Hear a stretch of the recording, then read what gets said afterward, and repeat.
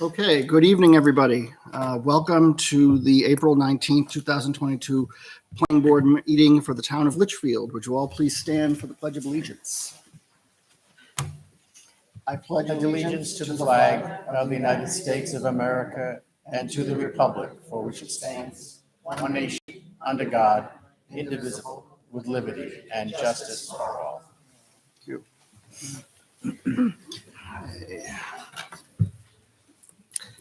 So Sam is not here. He's our, well, actually, he's a full member now. Yeah, you're right. I'm sorry. I misspoke. So Sam is not here. Curtis is not coming. So, but we do have a quorum. So I'll do the roll call of members. Michael Croto, Chair. Kate Stevens, Vice Chair. Ron Stevens, member. Kimberly Queenan, Selectman's Rep. James Buffetti, member. Okay, welcome. And of course, Jamin Kara, our circuit rider. Good evening. The first item on the agenda this evening is for public input on related to non-agenda items not listed on the agenda for this evening. Is there any members of the public that wish to comment on any non-agenda items this evening? Okay. Hearing none, I'll close public input related to non-agenda items. First order of business this evening, I have a home occupation application, Jason and Samantha Koza, Northern State Armory LLC, 106 Page Road, tax map 4 lot 9. The owners proposed to use part of their detached garage for the sale of firearms, including OEM sales, parts, accessories, and possibly sportswear and hunting/camping equipment. Is the applicant present this evening? I'm going to ask the applicant to come forward, have a seat at the table, introduce yourself to the board. Evening, everybody. My name is Jason Koza. My wife and daughter Samantha and Cassie are in the back here, co-applicants, I guess. And can you state your address? 106 Page Road, Litchfield. Okay. So we do have a home occupation permit application that was submitted by the applicant. The proposed business being firearms, ammunition, accessory sales, and transfers. I think it's going to be, there'll be the number of employees, including the owner, that's 2 people. Yes. You have a parking provision for 2 vehicles. Yes. And you expect traffic chips generated 15 per week. You have no external lighting. There is no sign permit. And it looks like you did pay all required fees. Yes. And I know, Joan, you notified abutters, correct? Okay, so that's been done. So maybe you can just give us a little background, what you're looking to do, and Yeah, so just a little bit background. So I'm just kind of looking to get started on a different business. I've been in IT for 15 years now and getting sick of it. So I'm trying to kind of get into something new. And I applied for the FFL, the Federal Firearms License, Type 7. I know that there was some questions about that. And part of that application was making sure that we were compliant with any kind of local regulations and whatnot. So that's kind of what spurred this on. I don't really have any intention of making my home the primary place of business, or doing a ton of business there for a retail shop or anything like that. But I just need to start somewhere. I don't have any financing or anything to get a retail shop at the moment, so just wanted to start somewhere and get that license all set, so we could get some vendor relationships going and start somewhere. okay. You said a firearms Type 7 license. Can you explain what that is? Yep. So FFL Type 7 allows for the sale and transfer of existing firearms, as well as a manufacture or, quotes, building firearms. So things such as ARs, easily, built. If you know what you're doing, you can put together quality firearms from parts from various manufacturers. So that was one of the objectives eventually. Are there any other required permits, either federal, state, local, that you need? There's some tax related stuff that I have to do depending on how many I were to manufacture per year. which I'm going to be, complying with. I don't intend to meet those thresholds yet. So I don't believe that I'm going to end up needing to do that at the moment. And what are you looking, in terms of having the ammunition, the firearms, where are you looking to store this? Is this going to be in a secure place in your home, or? So it's building, a detached garage. I don't know if you have a copy of the map. I believe we were given a copy, the board was given a copy of the detached garage. Yeah, so there's a detached garage from the house with 2 floors. The first floor is 2 garage bays and kind of a back area. And then the second floor is like a finished office space kind of thing. So most of the stuff would be in the office space, and then there's just going to be kind of like a hallway leading up to the stairway to that. So most of the stock, unless it was for some reason I got some kind of massive quantity for a sale or something like that, it would be stored upstairs in the locked room.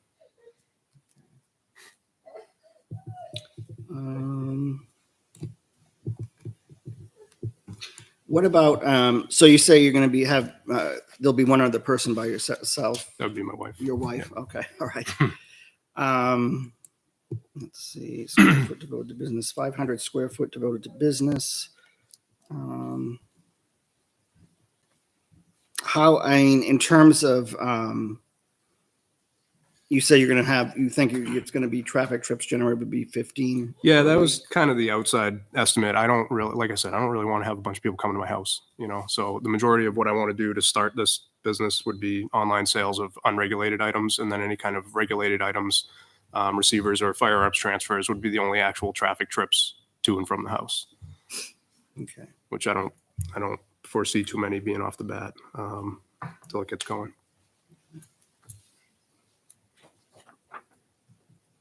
Does anybody else have any questions? I do. Yeah, go ahead. Is the detached garage or where the business is going to be, is that alarmed? It's not alarmed at the moment, so I don't really want to get into too many details about the security measures I have in place, but I do have a sophisticated system that you could consider alarmed. It does alert when there's activity. And there's no external lighting? Not at the over moment. Garage or anything? If you're Well, Not yes, at the- There was, he did add lighting onto the. Oh, Yeah, he there's a did. couple of little Okay. stars on there. If that's required, then I'll throw those up there. It's not a big deal. Okay. I can give you. Yeah, I have James. this one. So federal firearms license, what's involved in getting that? So there's background checks. There's a whole application. There's an in-person interview with the ATF branch office. Fingerprinting. It's a pretty good deal of stuff. But is it training that you undergo as a firearms dealer? Do you? Not specific back up- training. They don't provide any training, but there's a ton of documentation and whatnot because there's a lot of regulations you obviously have to adhere to. So I have a nice fat book of rules and regulations that they gave me. Okay. Do you have to pass some sort of a test to get a license? Nope. You just essentially pass the background check. Background checks and then the interviews and they make sure that where you're trying to operate is safe to do so and whatnot, and that you're in compliance with town ordinances. So they make a decision about whether or not where you're operating is safe. Yeah. Do so. Do they inspect the residents and Yep. make a determination? Yeah, Who- because- who does that? Is it the The ATF branch office, yep, out of Manchester in this case. Okay. And I think you said it somewhere that in the answers to some of the questions that these would be by appointment only. You wouldn't people Exactly, couldn't that's- just drive that's- up and Right, that's what I'm going for. Like I said, I don't want people just coming to my house willy-nilly. I'm not going to have signage. So yeah, it was going to be any kind of actual transfer that needs to be completed in person in order to be compliant with the ATF regulations would be done in person and by appointment only. But I'm not going to have like a retail front. right. You know. But there would be an online presence, Yeah, so the goal is to have a nice, well-stocked website. Yep. For the most part, things would be handled wholesale and then shipped directly. Limited amount of stock just for stuff that I know is going to be going in or out quickly. And then, like I said, the transfers of any kind of resold firearms and whatnot. so people would make orders online, or they talk to you Yep. by phone. you would order the merchandise that they would come and pick it up. Essentially, they would be there to do the pickup and the transfer. For the regulated stuff, yeah. Anything that I can't just directly ship, anything that needs to be transferred in person, yes. Oh, Which would just be serialized firearms and the okay. like. Yeah. And did you say that, so this is like a startup of a business that your longer term plans is to move out of your residence Yeah, absolutely. to a more retail, traditional retail space? Yep. But you have no idea what the time frame would be for that? No, it would be when revenue or sales warrants it. Okay. Right. Okay. Anybody else? Just one more Ron? question. Gordon? Types of firearms. Any lawful type, yeah. I mean, the Type 7 permits me to trade in any type, whether it's automatic or whatnot. I mean, there's other NFA regulations that I have to be compliant with and documentation that I have to do, but it allows transfer of anything except explosive devices, of course. I'm sorry, except for what? Anything except for explosive devices, Okay. But any kind of firearm? yes. Okay. In terms of the transfer, so if someone comes to purchase a firearm or to order one from you, I assume you have to required to do a background check for that Yes. person and follow the whatever federal regulations or state regulations there are. So they're gonna reach out to you first. You'll have a phone call or an email. And Yeah. You'll vet them before they come into the, Yeah, absolutely. They have to fill out the paperwork to do the actual background check in person. So I would obviously have somewhat of a, intermediate relationship, but then I would meet them to fill out the paperwork, to do that regulated transfer, to do the background check, which would be the instant background check generally. And then, well, some of the gun stores, and I don't know if this applies to you, when a person comes in and fills out all that paperwork, it goes to like the state for a background check and maybe the feds probably. yeah, And so that can take a pistols couple go to of the hours. state and then rifles and long guns go to the federal. Yeah. So they're also doing another vetting process. You're going to have them come there and fill it out. Then it does get vetted at the state and at the Correct. federal level. Yes, And if they get rejected, because that can happen, Yep. out they go, right? correct. Okay. Some of those processes can take 2 or 3 hours. They can. It's supposed to be instant. If it's not instant within a half an hour, that's, you send them home and you tell them I'll give you a call when it comes in. And then there's laws after that can entitle me to release the firearm if I don't hear back within 3 days. I don't think I'm going to be doing that, just out of personal preference. Yeah. Will you be open for transfers of firearms that you aren't selling? Like, isn't there, if you're selling to somebody off of Craigslist, you can find somebody that Yep. can do those transfers. Are you planning to facilitate those types? Not immediately, but yeah, it's in the future plans, just because it's a good source of business. And I'd rather offer people the ability to get a background check on somebody they're transferring a firearm to than kind of just do it. I think that's just a good service.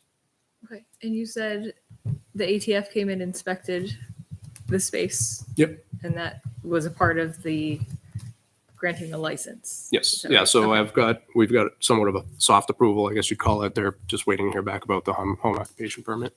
So they're looking at your security systems and everything and blessing those as For the most part. I sufficient? mean, I don't know what they internally do to vet that, but yeah, they came and inspected the residence and whatnot. Okay. Have you considered speaking with our police department? I to see actually what they have. think? And what do they think of it? They didn't mention any kind of problems with it. No. Okay. Actually spoke to the chief. No, captain, sorry. Does the ATF issue some sort of a report after its inspection? Not that I'm aware. I think the only kind of reports they would issue would be any kind of incident reports if there was a break-in or theft or anything like that.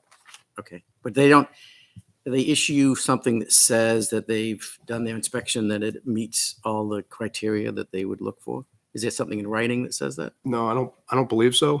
It's if I still hold the FFL, then I'm still compliant. If it wasn't compliant, they'd take that right away. They take the FFL away? Yep. Yeah. If the home didn't meet the security requirements that they would want, they would. Yeah, I take mean, the I FFL away. honestly, I don't know what the security, if there are even any security requirements of the ATF. They make sure that any kind of firearm is going to be stored securely, and then I think that's where they draw the line as of hands off. Okay, but that's what they did when they came. They physically inspected it Mhm. and inspected the areas where the firearms would be kept. Yep. And did they indicate verbally that it was satisfactory, or did they issue Yeah. something in writing that says it was satisfactory? I have nothing in writing yet because, like I said, it was kind of a soft approval. They're waiting to hear back about the local ordinances, and that I'm allowed to do that. Okay. Do you know if the building inspector has taken a look at the property at all? or- I don't. He hasn't. I mean, he's been there to inspect my Oh, furnace. I'm sorry. Yes, hello. I forgot you're here. It wasn't him, but the last building inspector, he took a look at my furnace install, but that was Okay, about it. No, I was just wondering if you had an opportunity to look at the property. Not the premises. Okay. And what about the fire department? Have you contacted them at all? I haven't contacted them directly. I believe Joan forwarded kind of my ammo storage plan over to them. Yeah, They want to know where the ammo's stored in case of fire. right. Have you talked to your neighbors? I haven't talked about to it? anybody directly, no. Okay. So you've had no discussion with the abutters, the people in the neighborhood to, No, I To see if they have kind of figured it was concerns. part of this process regardless, so. okay. And I have kind of no intention of bothering anybody, doing anything that should be bothersome to anybody. I know one of the questions, some questions were sent over from Arbor Circle. One of the questions is there going to be a firing range on site? No, no, nothing like that. I don't plan to be making any kind of noise or driving all kinds of people into the area. I'm not going to be having blowout sales out of the garage where there's going to be cars lined up and down the street, so. And how many customers at one time would you have at the property? I mean, unless it was, unless I happen to get 2 scheduled transfers at one time, I wouldn't be scheduling multiple. So it'd be one at a time. One or two, yeah. Generally, there could be exceptions, but generally it'd be one at a time. Okay. Correct.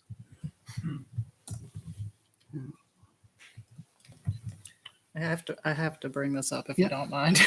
And I need you to think about this. I don't know if I have to recuse myself, not that I'm saying any of this. You let me know. My husband has worked at a company that sells guns in New Hampshire. He's also an instructor and all that. But some of the stuff he told me was legally things are done a certain way, but there are people that come in who is questionable, and they have the whole vetting process that they do. And it really tore him up on some of the stuff that came in because maybe they just got out of jail, whatever. But there's also people who come in to buy a gun because they hunt. So, but they have a lot of vetting processes in place. And that's why I'm asking you about that. Is a phone call sufficient? I know you're going to do the background check too, because you have to do that. But some people just try just to see what they can get away with, is all I'm saying. So just be ready for that to come in. But I think most of the people want a gun that are legal. But every now and then you hear stories later of things that happen. So just be course. careful of that. Or think about maybe strengthening what you're going to do for vetting than just a course. phone call maybe. When did you create the LLC? February. Okay.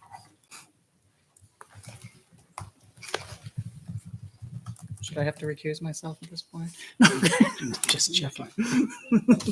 I don't think so. I think you're just being safe.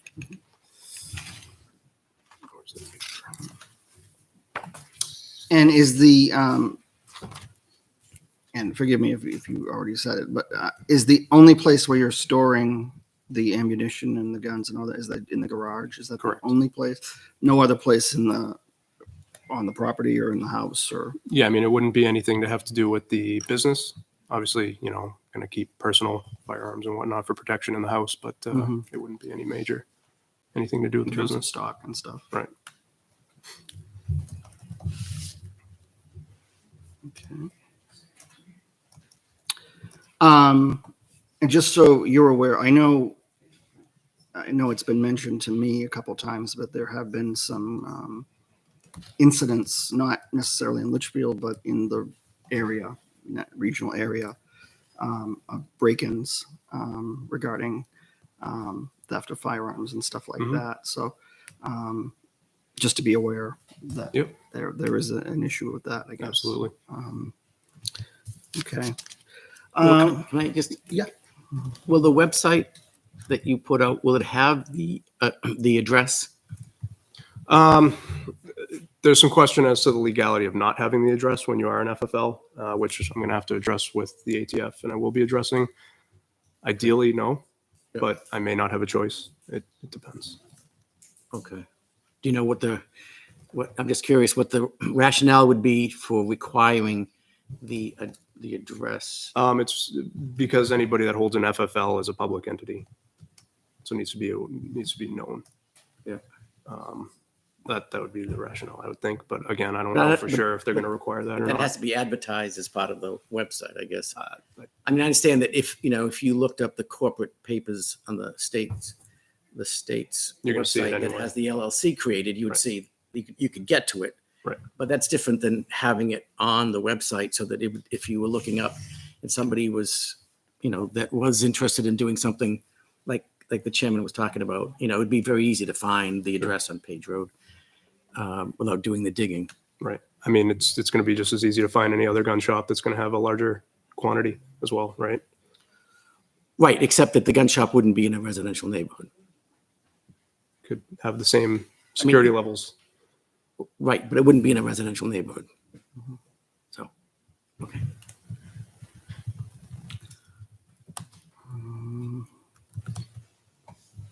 And I mean, in terms, I go back to the securing of guns. I mean, in terms of how you're going to secure them, do you have like gun safes, or how is that gonna?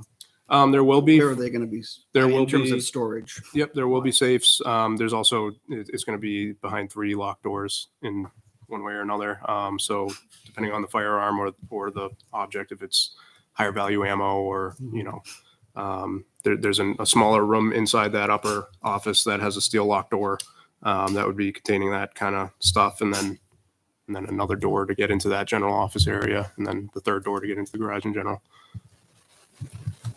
So, but, and you may not be able to answer this, but do you have a sense now of just how much inventory you would keep at the location? Not at the moment. Like I said, I don't intend to have a ton until I grow into a retail location, because there's really no need to, unless I'm actually going to be fulfilling the orders, which I can do wholesale. Right. There's no need to stock a ton of stuff because I'm not going to have walk-in. Right. There's nothing to see. Like people would order something, you would arrange for it to be delivered to your house. They would come pick it up, but it wouldn't be where I'm just wondering how much of an inventory of ammunition or other supplies. Yeah, I mean, ammunition at this point isn't even going to be a core focus. So it's really probably just going to be a small amount of ammunition to sell a box or two here with a firearm if I were to sell it if people were interested. So it wouldn't be a pallet of ammunition. Yep. Let's say. Okay.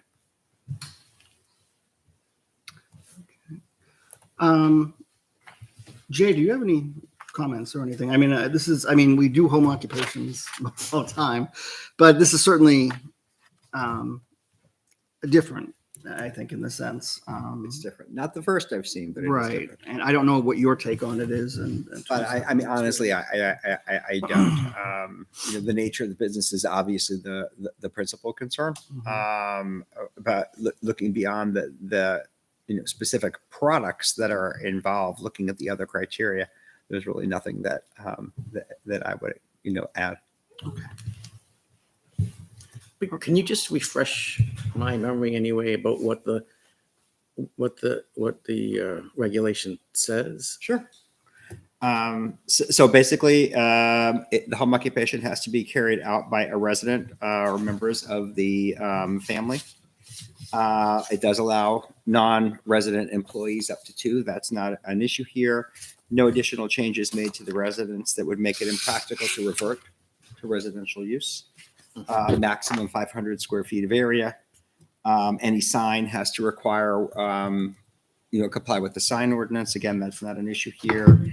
No exterior storage of equipment or product. Sufficient off-street parking has to be provided. No noise, vibration, dust, smoke, electrical disturbances, odor, heat, glare, visual disharmony, or other offensive emissions. No traffic generated shall not create a safety hazard. Has to be conducted in accordance with all town, state regulations and licensing requirements. And when it outgrows its, basically when the business itself outgrows the home, it needs to relocate.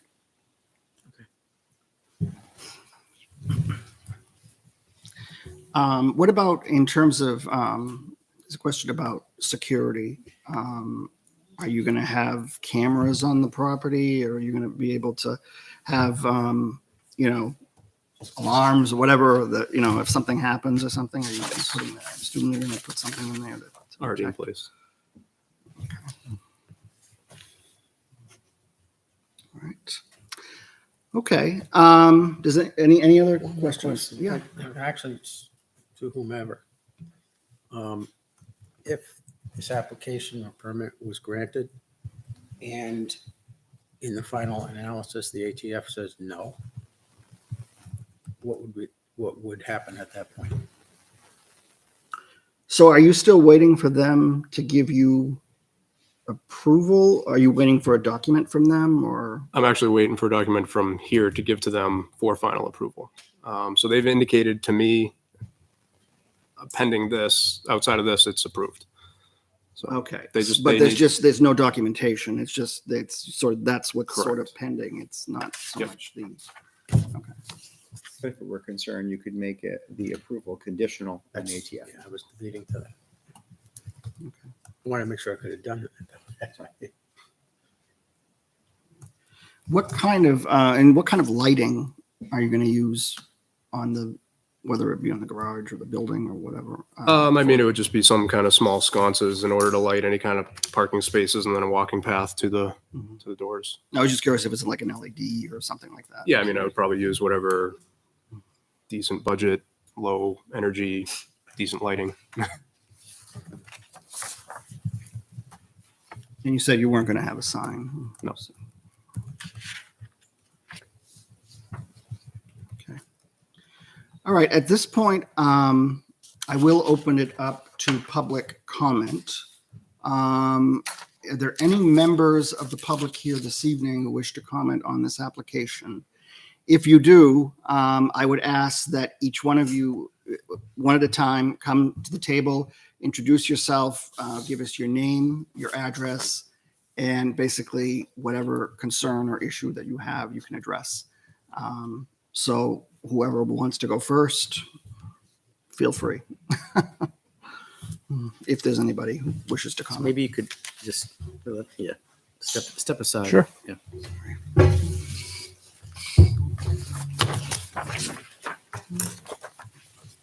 Good evening. Good evening. Thanks for having us. Your name and address? My name is Ron Sprizza. I live at 21 Arbor Circle. I just so happen I'm the president of the Blossom Court Homeowners Association. A little bit of background quickly is that I've had a meeting with the residents. We did come up with a list of questions that I submitted to the board. Did receive those. I know some of those were answered. I do have a couple of questions based on what was said by Mr. Koza. So first question would be, how many firearms will be built? You were talking about manufacturing. So it totally depends on, demand and any kind of clientele that I can get. There is a limit before I hit a tax burden of 48 per year, 49 per year. I don't think I'm going to meet that. And if I do meet that, then I think I'm going to be, growing to a retail shop. What kind of training do you have in manufacturing? In manufacturing, a little bit of armory courses, and then mostly safety courses that I've taken. You said you're not going to have many firearms stored at your house, right? Not many, no. Now, there's many different types there's pistols, there's rifles, there's shotguns, there's all kinds of stuff. how many different types will you store? I mean, it's going to depend on what comes in. If I were to, buy any used firearms or anything like that, it's probably going to depend on what comes in. For the most part, I think I'm going to be focusing on receiver sets for AR builds. So it would be unbuilt receivers for the most part that I'm going to be probably storing. Or in terms of the ammunition, I know you said you talked to the fire department. I'm kind of interested in, are you going to be monitored by the fire department in case there was a fire at your home? As far as I know, no, not actively. But it is, I do have a fairly sophisticated system in place that if there was a fire, I'm going to know about it very quickly, and I'm going to alert the fire department directly. Are you having sprinklers installed? And the alarm system, will that be monitored by the police department? Not directly.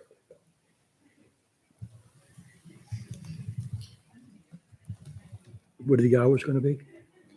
So it's hard to say because it's going to be general business hours of 8 to 8 Monday through Saturday, and then 10 to 5 on Sunday. But I'm not doing walk-ins, like I said. So it's, for the most part, it would just be appointment only. And you don't expect any overflow parking? No, like I said, it's going to be for the most part appointment only. So I wouldn't be arranging multiple people like that. Right. If it ever gets to that, I know we would be, from the association's point of view, interested in having you put up some no parking signs on our property. Sure. And especially the parking on the private road. That'd be a lot of people, I think. Yeah, I mean, if that was the I don't think case. it's ever going to get to that. If it does get to that point, I'm moving the shop out of there. I don't want that at my house as much as you don't want it on your street. Okay. Let's see. Now, in terms of, does the ATF require you to have specific records that you have to keep? Yep. And do you have a special software that keeps track of all of that? So there's some contention among enthusiasts whether they want their records kept in a digital software. So that's kind of still an up in the air decision that I have to make for the business. But everything is going to be on paper, and then and copies will be made and stored off-site to comply with the ATF in case there was a fire or records are destroyed. I don't want to lose any of that stuff in case there's any kind of investigation on it. Do you have to send any of that to the ATF? Only for records requests. So they make requests, gun traces and whatnot that I'm going to have to comply with. And then in that case, I would send it. Does the ATF do any spot inspections? Yes. So they'll check your records and check to make sure you're still following Yes. all the instructions. How often? Well, if it's a spot inspection, you won't know. Yeah, I think the law entitles them to 1 per year. I don't think they're allowed to exceed that unless something happened. In which case they could do an impromptu visit if there was a break-in or whatnot. I also spoke to the police captain, and he mentioned to me that they can come in, do an inspection without a warrant. The ATF, yes. The ATF. Yeah, 1 So, per year. okay, I didn't know if you knew that.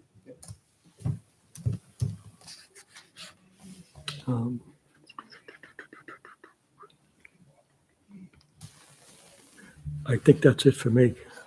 I don't have any more questions.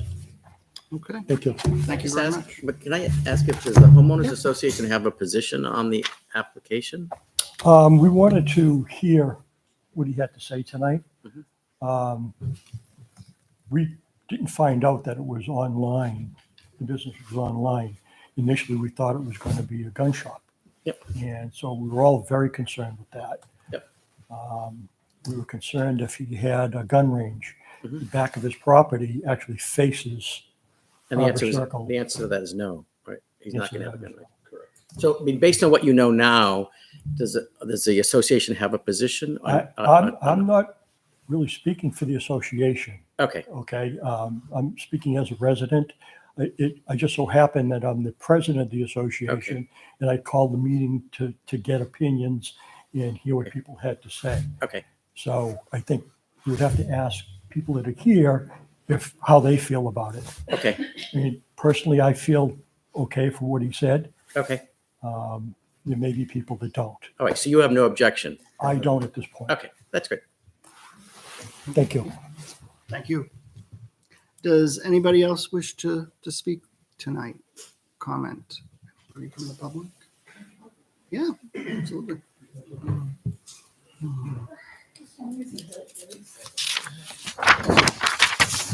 My name is Ron Jordan. I'm 31 Riverview Circle. I just wanted to point out, because I also am a concerned resident. I've been in the town almost 30 years, so I'm listening to what's going on as well.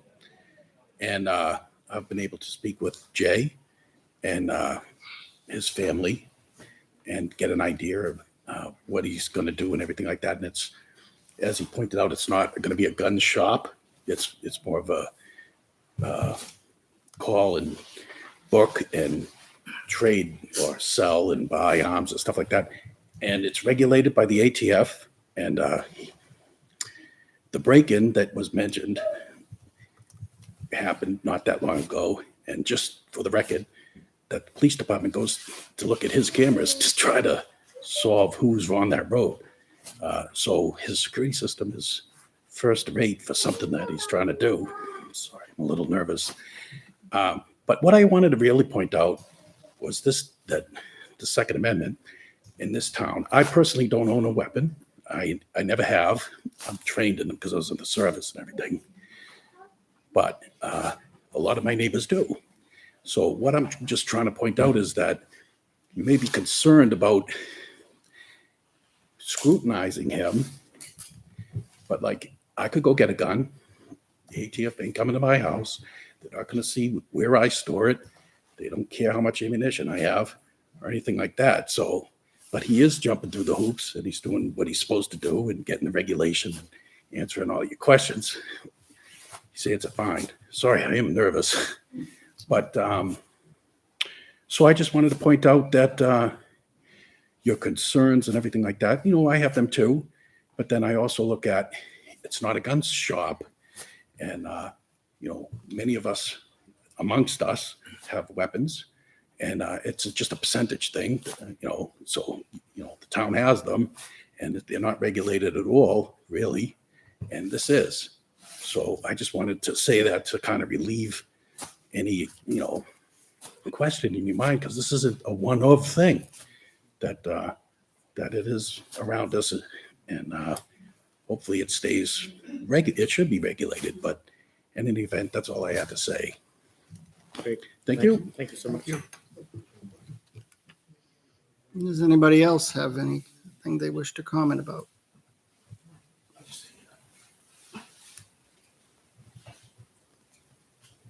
Going once, going twice? Okay, thank you.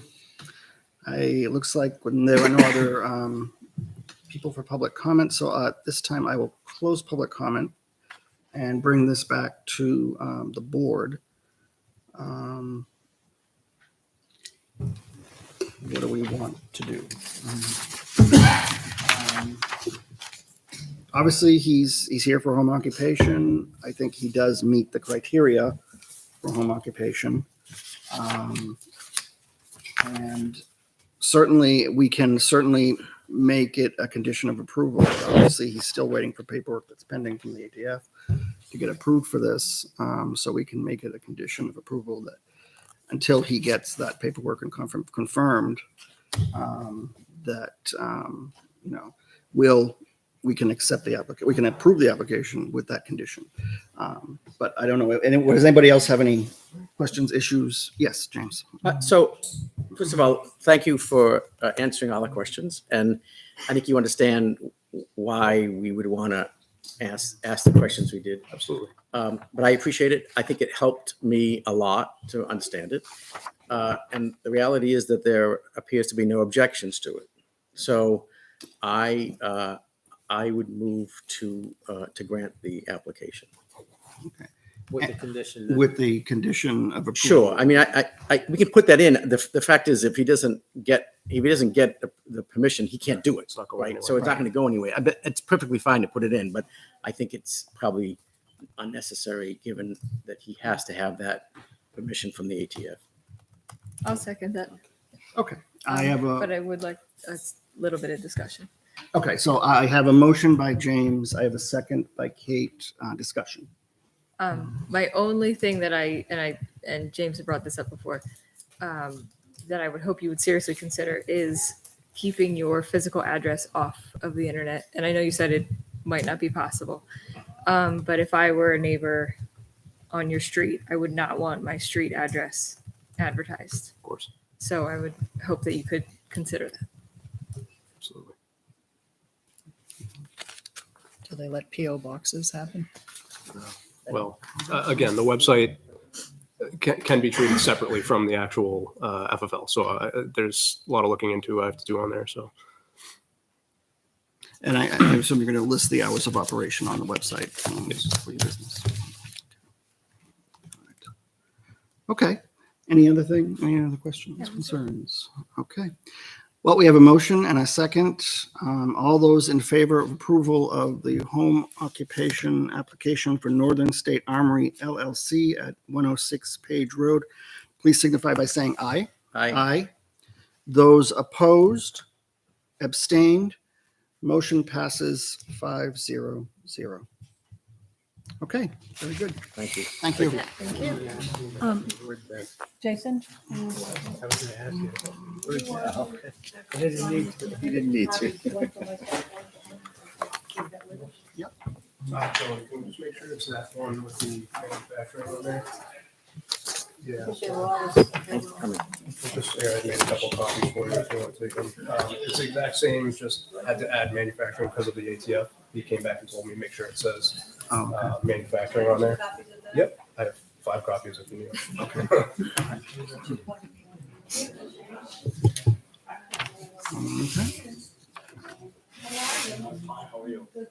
Understand about the IT changing groups. Yeah, it's getting to the point where it's like, all right, It is. how many times do I do the same thing and have Yeah. Microsoft break it again? Or change it.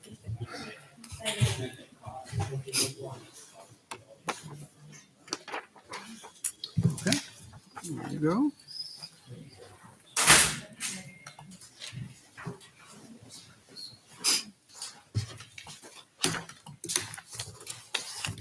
We haven't had this full of a house in a while. So thank you for bringing Yes. neighborhood in. We haven't had this full of a house. I was trying to remember the last time. Might be a record. Yeah, I think it is. Thank you, everybody. Have a good night. Good luck. Oh, I circled manufacturing. but that's okay. It's in the next crowd. That's right. No, we get more. Oh, we have another, oh, we have 2 more, We right? get more. We're in intermission. Oh, don't we, don't we, didn't we have like a, something from, oh, it withdrew. Yeah, Oh, okay. I printed this See early. withdrew. so I guess It's just Mel's. can bring in Mel's. We're ready for Mel. I don't know. Yeah, They they, are. that's done. It's done. Yeah. And the second one withdrew, so it's all Mel's. All the All time. you. That was for a home occupation? Yes. I thought it wasn't like gun. Yeah, yeah. But it's, yeah, it's everything. That's always been. I just run in and grab takeout. So, but you're right. It's Even if you busy. take out, you can't even hard to get in there to. And my wife keeps it. You need to take a minute to get set up. Still at weird hours. I get from the-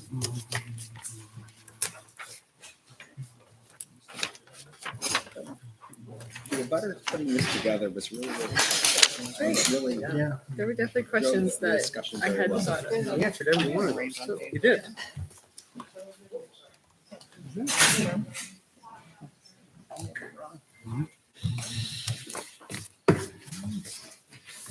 Oh, sorry.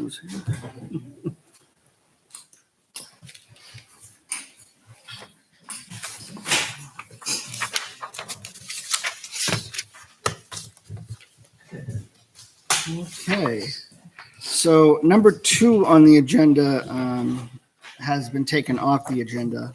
That was a conceptual review for 273 Dairy Road, tax map 2 lot 2.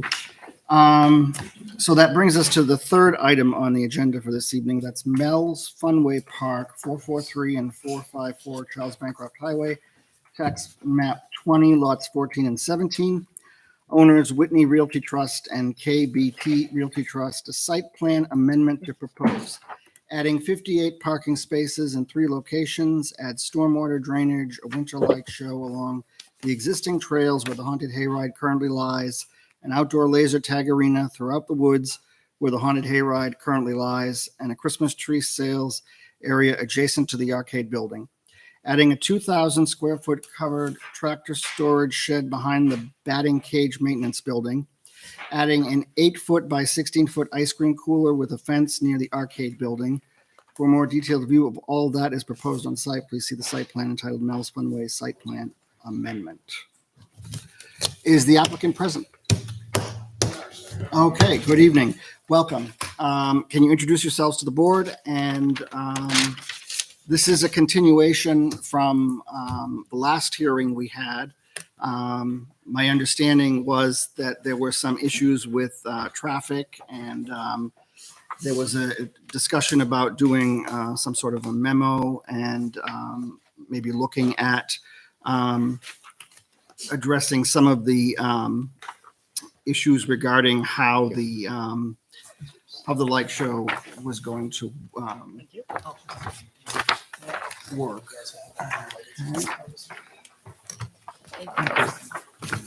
So I'll let the applicant introduce what Yeah, there's highlighted some areas. Okay. they have presented to us this evening, and so you guys can take it from there. So. All right, thank you, Mr. Chairman. Good evening. My name is Matt Peterson with Construction Associates, representing Mel's Funway site plans in front of the board tonight. With us tonight is the normal crew. We have Andy Coleman, our attorney for the project, and Pete Matson, who's done 90% of the engineering on the project. And we have the 2 lovely owners here, so they're in the front here all dressed up for tonight for us. No sweatshirts on, they kind of put down a button that goes nice. What I'd like to do is kind of just outline the last 9 months. As the chairman said, there were some things from the January hearing that will be incorporated in this, the plans that are here. But kind of go through the last 9 months of permitting this project in a very quick memo that I have here. Present to the board the modifications that are in front of you, and go through the latest sign-offs from the plan set that we have. We have sign-off from the town engineer, from NRCP circuit rider, Jay. Unbelievable on this project here. I also have my AOT permit already, which I usually don't have till I'm well done and through with the project. And we also have the driveway permit as well.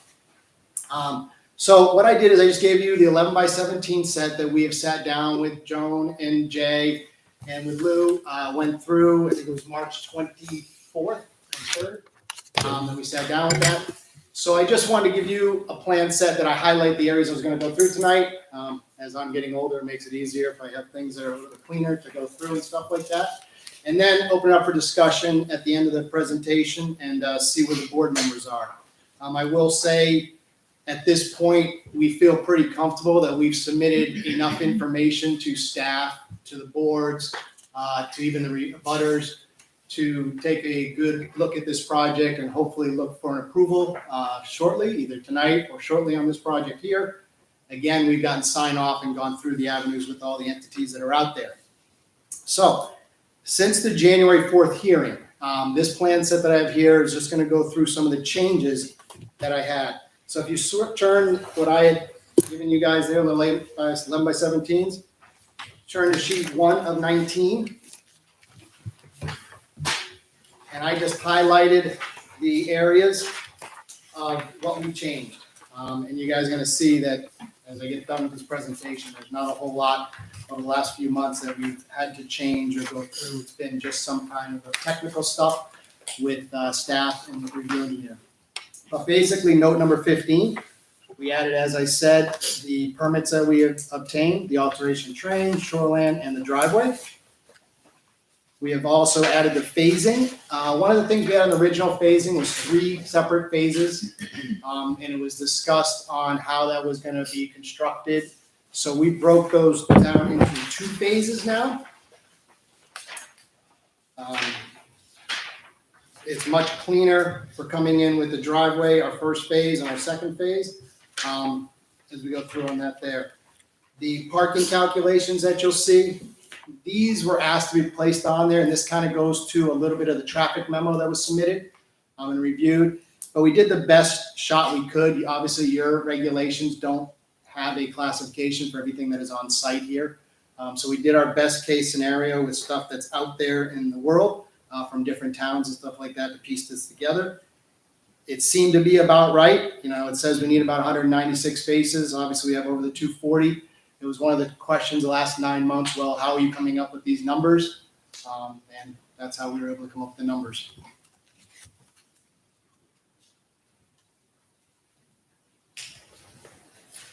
Next, if we take a look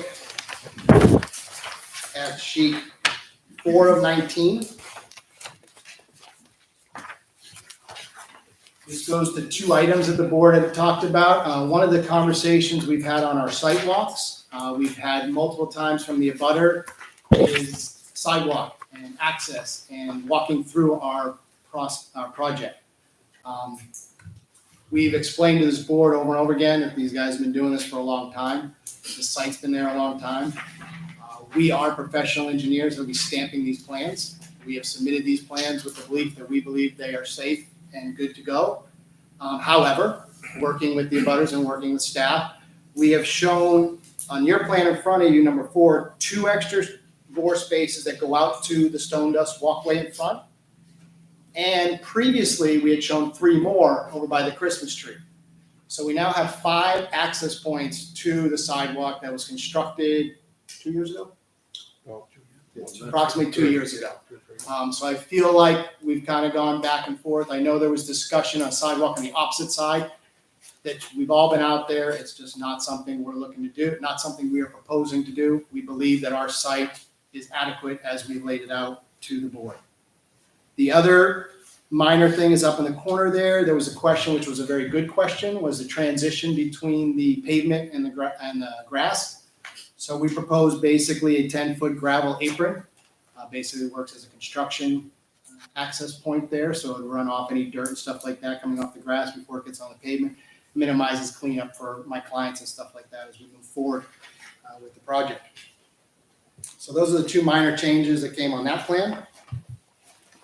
Take a look at sheet 5 of 19. This was just a pretty minor thing, but we proposed an 8 by 16 ice cream cooler with a small fence around the location that's there. It's your standard industrial ice cream cooler. I have pictures of it if the board would care to see any, but I think it's pretty straightforward next to the building there. Seems to be a good location for what's been going on the site.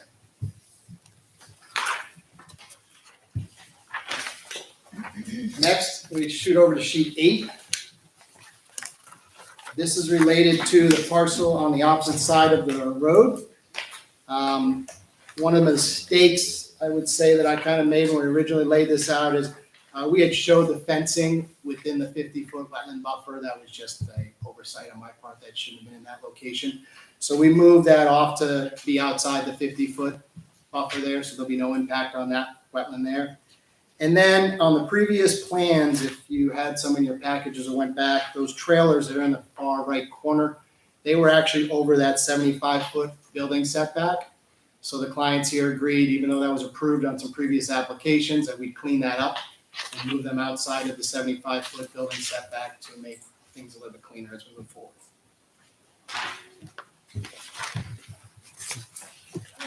Next change is sheet 10 of 19.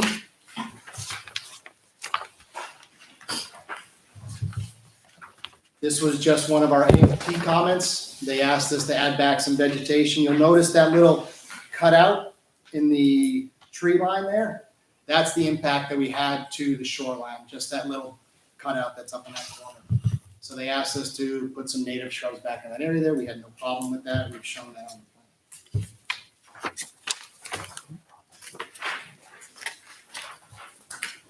I believe that brings us to the circulation and the stuff that we talked about at the January 4th. So that's on the last 2 pages of this set. It's an E1.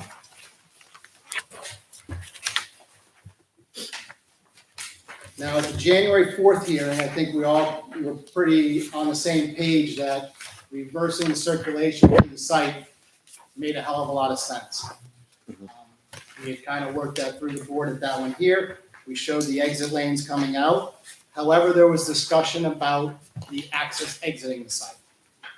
And at that meeting, we kind of discussed back and forth, but felt that, and we do as well, having one access point coming in for the light show and the same access point coming out allowed better site visibility up and down the highway and had more of a controlled access point in and out of the project.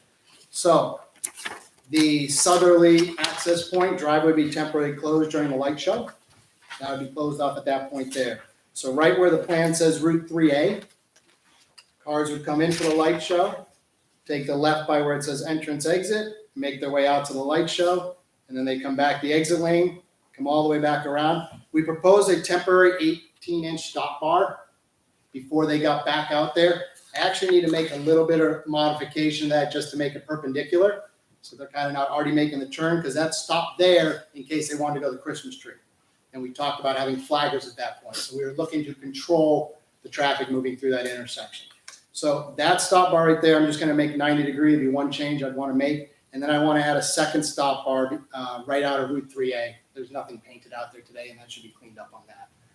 So coming back in and out the exact same spot, we even proposed to close off those parking spaces around the laser tag building for the light show. We talked at that hearing that we keep the restaurant functioning as is. They could still utilize the north access entrance point, as well as anybody wanting to buy a Christmas tree and stuff like that. So in my opinion, I know it's taken a little while to get this through here. I think there was some legit concerns from the abutters and stuff brought up, legit stuff from the planning board. I feel like we've kind of worked through, I believe we worked through them all, as staff has signed off on stuff like that, but obviously I haven't heard from the planning board yet, so we'll hear your input after this here. And on the last sheet is sheet 4, is the E202 is just we outlined where the entrance and the exit for the laser light show is going to be.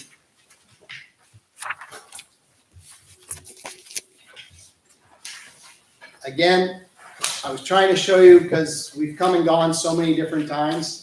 I wanted to at least show you these plans really haven't changed a lot. We're adding notes here and there, and we're adding little stuff here and there as we've gone through. And I didn't want the board to feel like there was a lot of stuff that's kind of gone back the last 9 months. I think it's been pretty kind of minor questions that we've worked back and forth with, either on the pedestrian or access through there, circulation of the light shows, some stuff like that. And I believe at the current time, we have plans that kind of outline everything that we were looking to propose to do out there.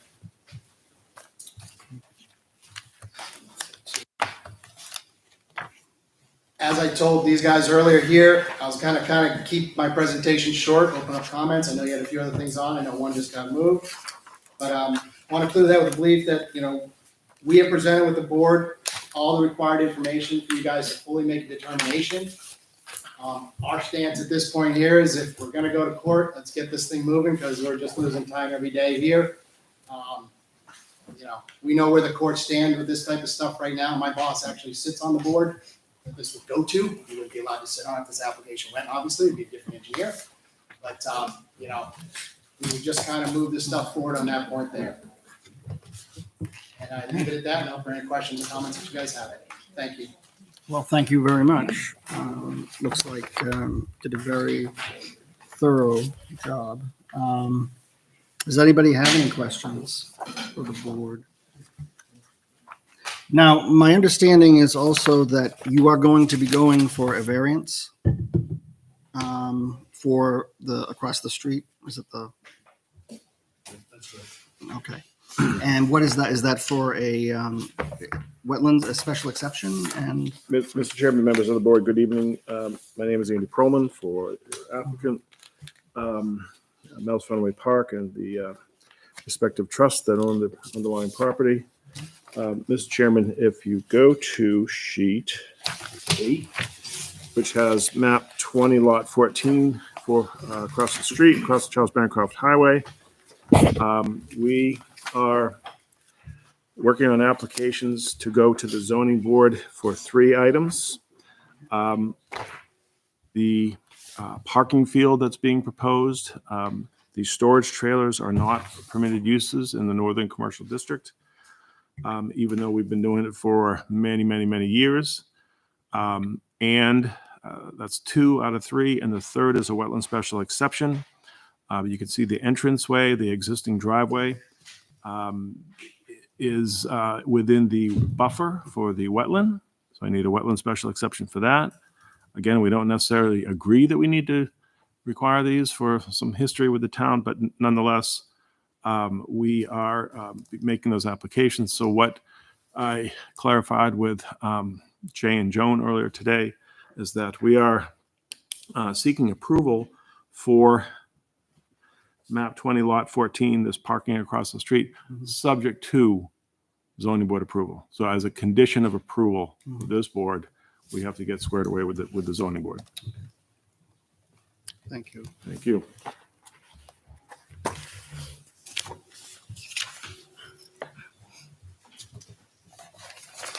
Okay. Let's see. I know our engineer, Luke Karen, is here this evening. Good evening. I have your letter from April 18, 2022.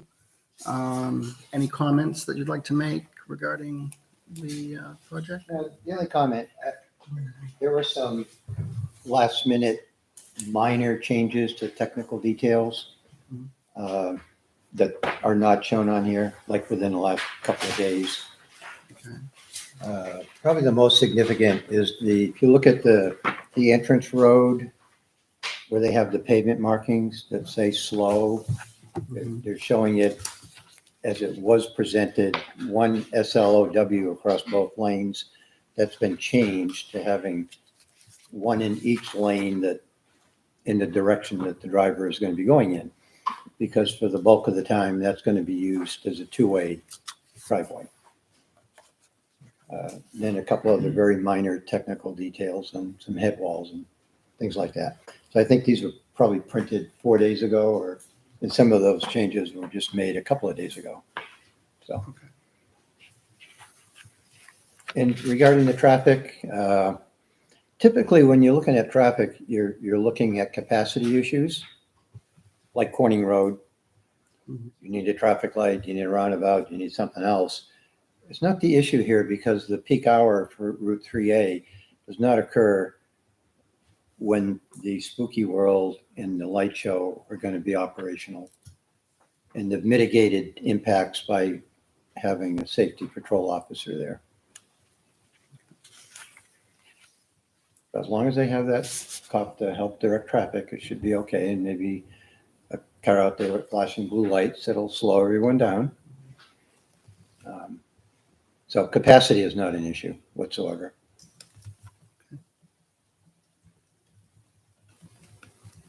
All right. Thank you. Jay, anything to add? I mean, just, building on Lou's last comment, we do concur generally with the, conclusions of the traffic analysis, recognizing it's very challenging to come up with an analysis, as was noted also with the parking for uses such as these, which don't have a lot of comparables. But overall, we do think that the traffic analysis is reasonable. The parking calculations are reasonable. And also concur, we don't think there'll be a significant impact for exactly the reasons stated. You're off peak. Overall, I think the changes that are made to the plan definitely improve the flow through the site. The changes to the flow of the light show and the way they enter and exit the site, in particular, eliminating the conflicts that we had anticipated previously around the area where the Christmas tree sales were. So that's now gone entirely from the plans. So it does appear that this functions and flows well. And I think the proposed pedestrian improvements are adequate for a project of this size. parking lot of this size, I mean, you're basically talking about an aisle with parking on either side. So this is not a massive parking lot. So overall, I think this site accommodates the use as well. It's complicated. There's a lot of different things that are going on here. Most of those things are not happening simultaneously. They're happening throughout the course of the year. So overall, I think there's been a lot of input and a lot of work has been done to address the comments. So we're satisfied with the changes that have been made. Okay, thank you. Does the board have any further comments? I just have a, Yeah. I just have a question. I just need some clarification on something. I actually have three, if you don't mind. Let's do an easy one first. On phasing, you just said you went from 3 phases down to 2. On phase 2, you mentioned construct a fire turnaround. What does that mean? I'm not sure what that. You want to come over here? Oh, yeah, Yeah, I just want to know if it's needed now or why it's 2 years from now. Yep, Pete Madsen from KNA representing the applicant. That fire turnaround is basically what you see at the end there, and it just provides fire trucks proper access to back in and out of once they reach the end there in accordance with NFPA standards. Is it needed for this? All fire Now? trucks in there would want to have, if they had to come down Yeah. here at this point, Yeah. that end, you have that ability. So this just pulls up this way, can back up here and then go out. We do it for residential houses that are over 250 feet length. We have to put one at the end of their driveway, so it's a pretty. Is that going to be phase 2, like in, what did it say, 2 or 3 years? I mean, is it required now is really what I'm asking.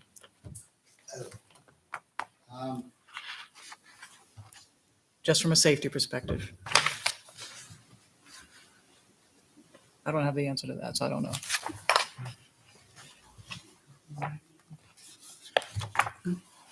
Is that a, Get back to that one minute. okay, I don't know if that's I got just you. need the fire chief to say it's okay for the phase 2, or I don't know. I just don't know if it's needed now. Well, it's still gonna be there, it just wouldn't be paved, so it would be packed gravel, so it would be able to handle a fire truck. So I would offer to the board tonight that that would meet fire code NFPA, the gravel, whether it's gravel or paved. Okay. So the truck wouldn't sink in it. We'd have to. So either way, that turnaround will be there in phase 1. Yeah. We typically do them as like Londonderry right now, I'm doing one as gravel. I mean, that's acceptable in most places. It doesn't have to be paved, it just has to be able to handle the weight of the fire. So we would make sure that that's done as well. Okay. Why don't we do the second easiest one? I'll get to the one that I'm surprised that, and maybe it's, I don't remember something correctly. Note 22, I guess on page sheet 1. It says the proposed layout of the Christmas tree sales area shown on this plan is for display purposes only. The owners reserve the right to modify the layout as needed. Does that mean the trees are going to stay in that area, but you might reconfigure them there? Or does that mean you could move the trees somewhere else? Yeah, that's correct. I mean, they have this goal set up to kind of display trees in what they think is the best possible way. But I mean, they're going to do this for a year or two, figure out, hey, maybe trees go better over here. Maybe we put the fire pits over here. So they're going to be all contained within that area, but they want to be able to kind of best suit and tailor. So they're going to stay in that area around the street, just you Exactly. might reconfigure inside Yes. that. Yep. Okay, good. I thought it was going to all of a sudden show up over No, there after no, we're no, agreeing no, to no. traffic and we have people having a problem. Honestly, the main reason that the ones that we had for the last few years, and we showed them at one location and can't move it at 5 feet of this and that. So Right. that's, they showed up, restaked it 5 feet over, they wanted to be able to do it. So in the area. yes. Okay, and that seems to be more common now. All right, the one that totally I was surprised about, and maybe I missed it. Sheet 1 in the center, where you're talking about your parking calculations. There's a quote that says the following calculations are based on the requirements set forth by the Nashua Land Use Code, Article 28, Section 190, parking matrix. Well, actually, that's where you got some. That's where I took most of the information from. After, Give you an idea where right. you got them from, 'cause you don't have them. You So do we're have. we're not looking at our own zoning regulations. We're looking at Nashua now.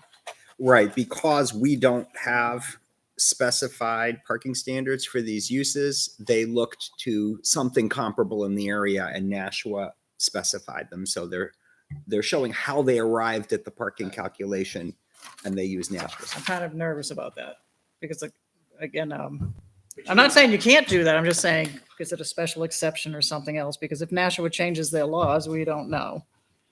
And It's not linked to Nashua's regs. It's just an Yeah. example. That's how they came up with their calculations. It doesn't mean that there's any legal connection to Nashua's code. How about I change Nashua to other? There you go. Other Yeah. land use codes. yeah, because I just want to make sure our voters here, if they think parking's our zoning ordinance and all of a sudden we're looking at Nashua. Okay, That's so, fair. because it started to go into your calculations of parking and I was wondering, maybe ours weren't sufficient. I get that. So, all right. So how are we going to handle that? You're going to just change the note to say, Following calculations are based on requirements set forth by other land use code articles, period. I don't And know if that's there's what anybody. I've said to you all along is you guys don't have the regulations, so Yeah. I just found comparable and put them up to you guys to see if they're reasonable. And your staff has said they seem. Do you want to mention New Hampshire law or Arizona law? I don't know. Just, you're just saying other, it could be anybody. Yeah, Dog I sleds, you think know? that saying other land use codes would be sufficient. Is everyone okay with that? Yes. Yeah. Okay, because that seemed to be in your parking calculations as well, which I was seeing the number 196 tying out. Okay. So we're not going to treat that as a special, you don't meet our regulations, we'll treat it as general. Okay. Did I see that in the prior notes? Because, No. oh, good, because I was like, we've had some discussions on that that have been lively on parking. All right. When I went to the traffic memo, I tried to find as best I could, and me and Pete worked back and forth trying to get the numbers as Jay and Yeah, Will it's a- attest to. It's a pretty good document. Nashua, 22 pages of zoning ordinances, so, okay. Usually go to Nashua, Manchester region. Okay. I had other smaller questions, but I don't think anything here is you're gonna talk about parking later, right? About the 58 or whatever new spaces, right? Isn't that one of the items on here? I think we, okay, I'm just worried about the ADA signs, because you mentioned them in here, right? You have them all in here. You have the symbols. I said at the last thing, like 14, which you made me compliant. Okay. Any reason why the sheets E1 and E2 don't have the engineering stamp on them? Is it just because they're exhibit A, exhibit 1 and 2? Like next to the revision section, I don't see a stamp. We just didn't put it on. Okay, is it gonna put it on there? Just for legality? Yep. And again, I know I have glasses on, but I could not find lot 15 anywhere on this drawing. I see 14, 16, 18. You had a note here, lower right center certifications box on sheet 1. The certification is for lot 15 only and does not include lot 17. But I couldn't find 15. It may be there, but I don't see, where is this? if sheet 1, certifications box, last sentence says this certification is for lot 15 only and does not include lot 17. I just couldn't find lot 15 unless maybe there was a merger. This has gone through a lot of tweaks. We could have combined lots or something. Yeah. I see 14, 16. Was that where your old lot was? I know this has gone. That's what, no. I think it's the old lot when they did the original lot line adjustment for this big Mel's parcel. For the hayride? I think so, yeah. I think that must have been it. So is there a real lot that it doesn't cover anymore? Nope. The certificate covers all the lots that are in front of Yeah.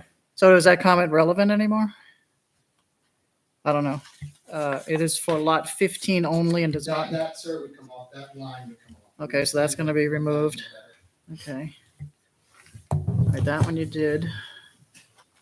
You're not noticing nowadays, it's so many notes and so much stuff on the plans. I try so hard, I read all these little numbers. So far, I say I'm coming to the end of it here. I loved your lighting drawings, very detailed here. You're doing a lot of lights. Are they coming down at They the want to end? get rid of the temporary stuff, so this is permanent stuff. The lights are going to stay, are they in trees in some of these? These will be pole lights. Some of them are on the driving range poles, like Yeah. 25 foot there, so some of them up there. Yeah. Where you're taking it off of the drone. So we'll stay on the same pole, same lights. There's just something we had in the parking lot. Most of them are. Like this sheet here, I And just guess. so you know, the ones that we showed on the parking lot here, Huh. on sheet 12 and 19. Yeah. We've had these guys talk to Sharon Lighting. I don't know if you Yeah. noticed that their lights are very old on site, so they were gonna replace some of the bulbs and stuff like that. So we wanted to give you a realistic look of what it would look like once they redid the lights that are on site. So a lot of these are existing lights on site. Okay. Oh, I thought this was all the trees you were gonna be decorating with all the. Oh, no. Are you That's- putting them in the trees once you're going through the hayride though, right? Are they coming down afterwards? No, the lights will stay up there. Like, Permanently? The props and everything disappear, obviously. The buildings that we have, they get converted from a Halloween look Yeah. to a Christmas look. The lights will stay in the trees. They'll last about 3 to 4 years, and then we'll replace them again as they, start to fall apart and lose their brightness. Okay, I wasn't sure about that. Okay. Is that a problem with any birds? I'm sorry, conservation point of view? I don't know. No? No? Okay, Joan's giving me that look. Move on. Right.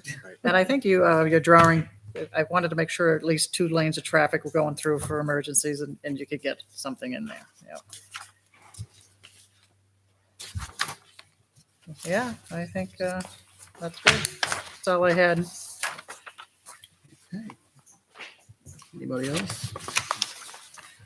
I just had a question Yeah. about the cooler, ice cream cooler. Is that just for the staff to It's just overflow? The ice cream, those 5 windows that are there, it's directly next door to the ice cream facility. Because what we're presently doing is upstairs in the 3rd floor office.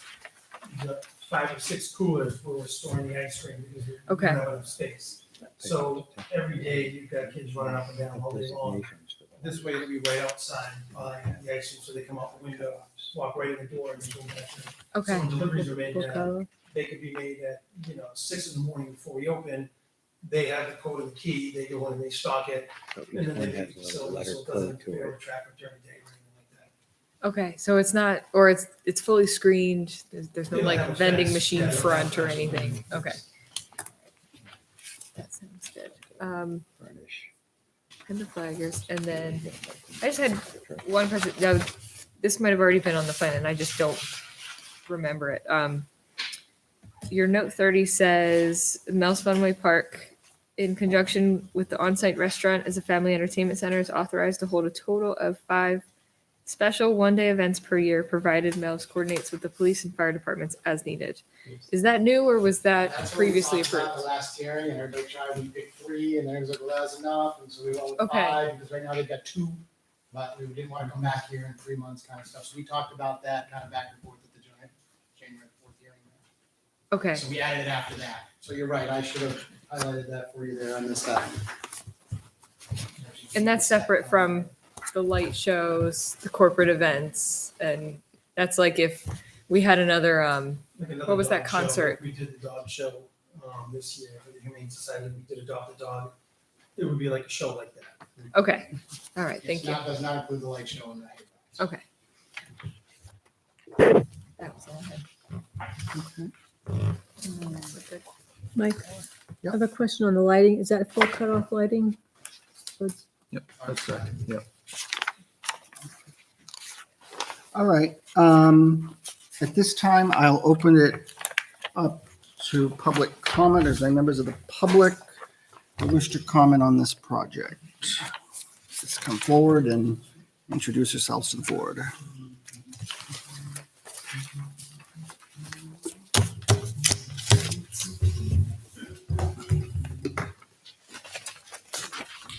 Good evening. My name is Elizabeth Hardigan. I'm an attorney at Gottesman and Hollis and at Gottesman in Nashua. And we represent Jill and Rick Charbonneau, part of their trust. And with me is Rick Charbonneau. Rick, did you want to start? Do you want me to start? You can start. Okay. So I guess we, as you know, Morgan is usually here. I'm his stand-in tonight. And he'd asked me, and I've gone through the sort of the whole background of all of this. And there was a couple questions. Sort of the first question, I guess I'll start off on. We had gone to a date certain of March 15th, 2022, but that meeting didn't happen for whatever reason, or I'm not sure what happened there. I believe, We canceled that meeting, but we we did canceled the re-notify meeting. abutters for this meeting. right. Okay. And so I guess our question was just simply re-advertising. Is that good enough, or do we have to restart the whole process? I mean, I guess it's probably moot at this point, but if you re-advertise it, is that the plan still We stay notified, valid? well, we did notify the butters for this meeting. And I guess we it's basically, not a I new don't think it's an application. issue now. Okay. And then I guess I'll start with sort of our background. Everybody knows we've been here. This was approved on October 5th, and we've gone back and forth, and we went back through to try to figure out where we're at, where we haven't been at. And everything I looked through was on November 2nd, 2021, December 7th, 2021, and then most recently, January 4th, 2022. And everything sort of revolved around traffic, not necessarily all of the uses. So we just wanted to make sure that the board was fully comfortable and satisfied with all of the change in uses, not necessarily just the traffic. And then the only other question I had right off the bat before I get into the real specifics is based on the traffic and the traffic memo. Those are all based on weekend nights. And I think it was addressed that because the peak of Route 3 is on weekday nights and these uses aren't going to be on the weekends, there shouldn't be an overlap, but we don't necessarily know if the uses on the Mel's capacity is actually going to be higher than what is currently used right now. So will there be an additional traffic study done on the actual uses of Mel's, or are we just basing it off of weekday nights? Well, my understanding from the engineer and from Jay and others is that the traffic study, they can't do a traffic study for this kind of a project. They did, I believe, they put together a traffic memo, this is my understanding, and they provided calculations, what they believe would be the appropriate calculations for a site of this kind.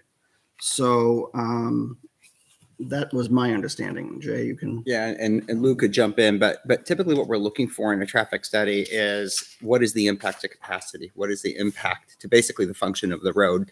Not whether or not there's going to be an increase in traffic when you have a new use or an additional use, there's an increase in traffic. So that's really what we're looking at. And, certainly based on our look at it, there would not be, negative impact to capacity on the road. But Lou, you could probably speak to that better than I. Again, it comes to the timing of the trip generation, again, for Spooky World and the light show. It's not talking about the rest of the activities on the site, Monday through Sunday or whatever hours they have. That's not the issue. But with the light show and in the Spooky World, even probably more the light show, the timing just isn't there with the traffic that's going to be attracted to the event does not occur at the time when there's peak traffic on Route 3A. So capacity is not an issue. Safety is definitely an issue. And that's where having a police officer there and flashing blue lights perhaps will address the safety issue. I think the safety issue might even be a little bit more for Spooky World because you have people, I think, parking across the street. So they're crossing 3A. The light show, I don't see that happening. People come in their car and they leave in their car unless they're going to buy a Christmas tree. So it's really a drive-through. But it's happening at hours that are not coincidental with peak hours on 3A. Actually, and you raised a good point. That was the other major question we had was sort of about parking across the street, not on the site. I understand they have to go for a variance for that, but we don't even know what that's going to look like. We don't have a site plan of that. So I don't know if you're tying it to as conditional of this plan, shouldn't there be a separate site plan for the parking lot showing the lights and showing the safety precautions, et cetera, as opposed to just saying, hey, we're going to park over there, which is what they were doing before, which sort of started all of this. Well, certainly, I think the condition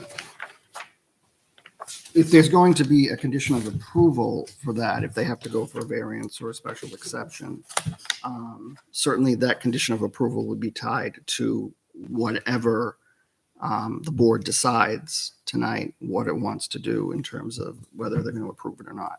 So, I mean, I mean, there is in the plan set sheet 8 of 19. Does show the lot. Right. In the area where the parking is going to be. This is not a striped lot. It's a temporary overflow lot. I shouldn't say temporary. It's an overflow lot that's used for a limited period of time, so it's not striped. But that is what's shown in the site plan set. But they're parking in the setbacks, the buffer setback. They haven't even gone to the Conservation Commission yet. So how can you even? You don't even know what the Conservation Commission is going to say about that. How could you possibly give a conditional approval? They haven't even gone there yet. well, usually, if I recall, I mean, usually they do come, I know that sometimes they come to the zoning board will ask for a recommendation to the Conservation Commission. And that recommendation would come from the commission, and then the zoning board, I think, would make a. So how can you make a conditional approval when they haven't gone to the Conservation Commission? You don't know if the zoning board is, I'm just. Well, I mean, I think in that case, if there was a condition of approval that was based on that and they didn't meet it, then wouldn't they have to come back here? And I think we would have to do some sort of a compliance review or something. But why even give it a conditional approval until they have all their things that they need? If they need variance, if they need special exceptions, why not just wait and do the approval then if that's what's going to happen? Why conditional approval? Because then they're going to come back anyway. Because Well, who knows what the could, zoning- I mean, and if the zoning board denies it, then what? yeah, so I think they would come back here, and I think then there would have to be some sort of a compliance. Yeah, so it really makes no sense for the planning board to give a conditional approval at this point till we know what the zoning board's going to do. I mean, it's my. I mean, we've done that. I mean, in cases in the past, I think. Yeah, I mean, it's to the discretion of the board. The board It's could really- choose Oh, to no, do that's that or. what- yeah, and It's up to the board. Certainly, if it doesn't meet the requirements, and I mean, we can't speak for the zoning board. I don't know what the zoning board is going to decide, but if they don't grant say they don't grant the variance, they don't grant the special exception for whatever reason, it can always come back here. And so it's not, doesn't mean that it's that we won't have the opportunity to review it again. So. I think I'm just on this parking calculations. I was just looking through this. Maybe this is something the engineer can answer better, but it says that they're providing 196 spaces and 105 grass spaces. Is that not including the overflow across the street? The overflow across the street is not used for Mel's Funway Park, the overflow. Yeah, no, that's correct. Yeah, we did not include that overflow parking in those. That's all. I was just double checking because I was like, wow, this is really low. So even if they're going to park on this side, it seems that like the last time when they approved the field, they at least had to show a stripe. Maybe they're not going to stripe it, but at least how it's going to work. There's nothing here, nothing at all. They're just a piece of paper. There's no layout to show that they can fit all those cars in that spot. There's nothing there.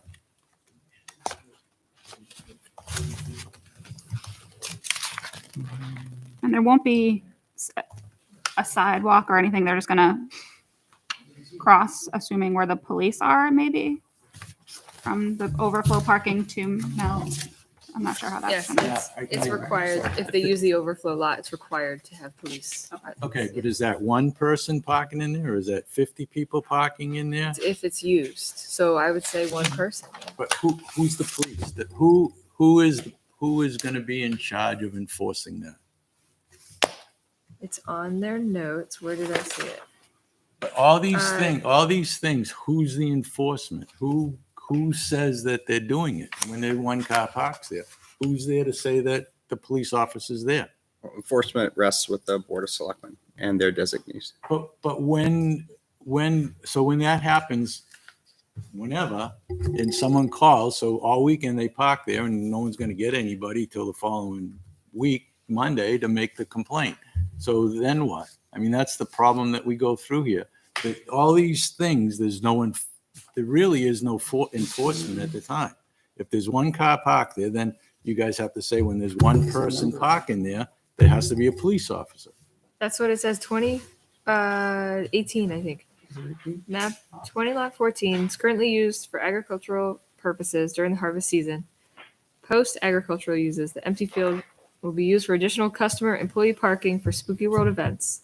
A police detail will be required to ensure pedestrian safety while crossing Charles Bancroft Highway when this overflow parking area is in use. So it's on their plan, and it needs to be enforced. You're right, but it's the same as any other Who's the enforcement? business. Well, not really, because any other business would have a parking lot, they would have a crosswalk, they would have things that you would require them to do. But as far as following what they are writing down in their site plan, it's the same as any other business. They have to follow what they've written down, and if they're not, then go from there. But again, they'll always say that we have this good relationship with the police department, we have this good relationship with the fire department, and I agree that they do. But unfortunately, the police department and the fire department aren't there to enforce regulations. So I guess as long as someone's enforcing the regulations and someone from the town's going through there to make sure that they're meeting the regulations. But that's going to be more and more as we go through these plans. When you're putting off-street parking across the street and anybody can cross the road to go back and forth without a sidewalk or without a crossing. So when there's one person out there and somebody parks out there, whenever they need to have a cop there, and that's not going to happen. I mean, Well, the use of that lot is limited to Spooky World. It's not anytime. It's Spooky World. Okay. I mean, that's the requirement of the plan. Okay. Is that something that Again, Board of who's the Selectmen, enforcement? Ask Yeah, Spooky World Yes, events. ask the police to watch for? So they couldn't use It that seems a little overflow over- lot for any of Any their business. 5 Who events either. monitors his business? Well, the note Well, says what's our Spooky World events. So that is overflow parking for Spooky World. Mr. Chairman, Yes, there's a response. I'm sorry. I'm sorry. No, that's okay. So, these are all very good comments that he's making here. This is why we've taken the last 9 months and put the 35 or 40 notes that are on the plan, because in the past, there has been nothing on a site plan, nothing on a approved planning board plan that allowed anybody in town to make sure that they were doing things correctly. That is something that Rick has been harping upon, and that's why we're here to do this. That's why we say there's a police detail there and stuff like that.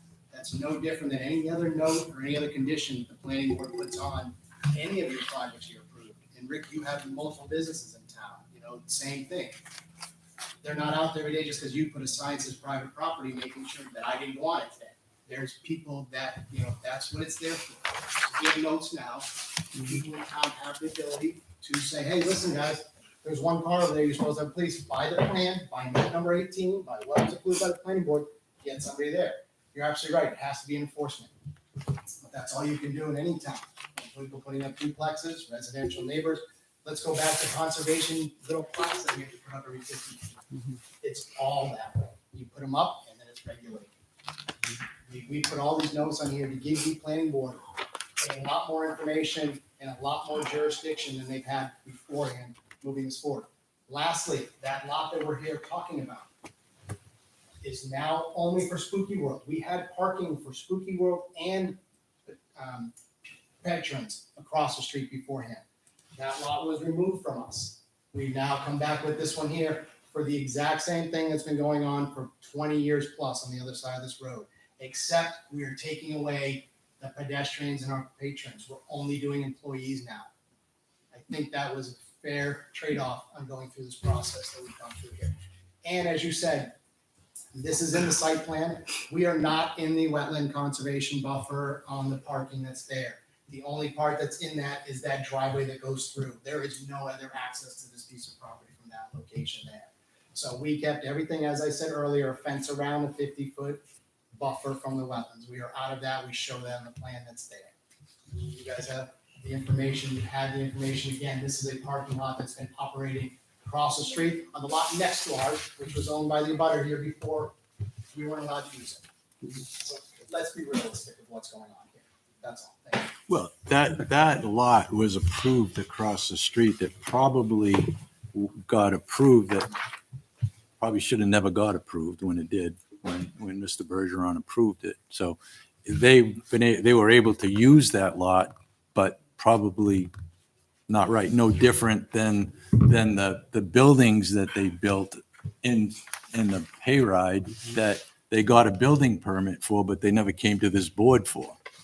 Okay, so the same thing. I mean, there's a whole bunch of things that's happened out there that got approved in the past or got built in the past or happened in the past that probably really never went through the proper approval channels. There's a lot of things that happened to. And since then, they've come back to the planning board and they've showed the buildings, but,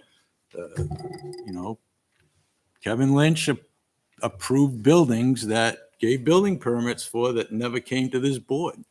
And the town chose to approve them.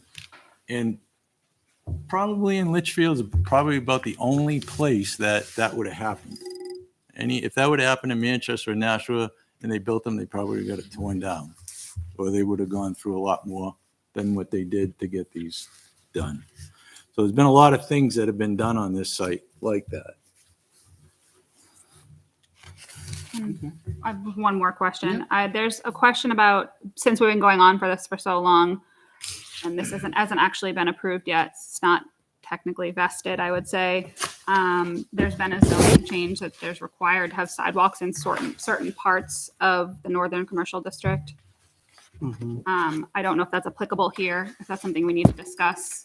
Mr. Chairman, we were accepted on October 14, 2021. That zoning amendment was not supposed to be December here. Accepted but not approved. Yeah, but a plan that's accepted and pending before the board isn't subject to a change in zone.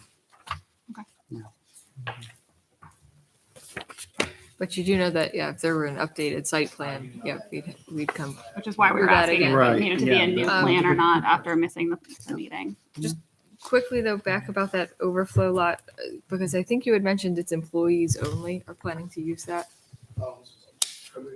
Customers and employees.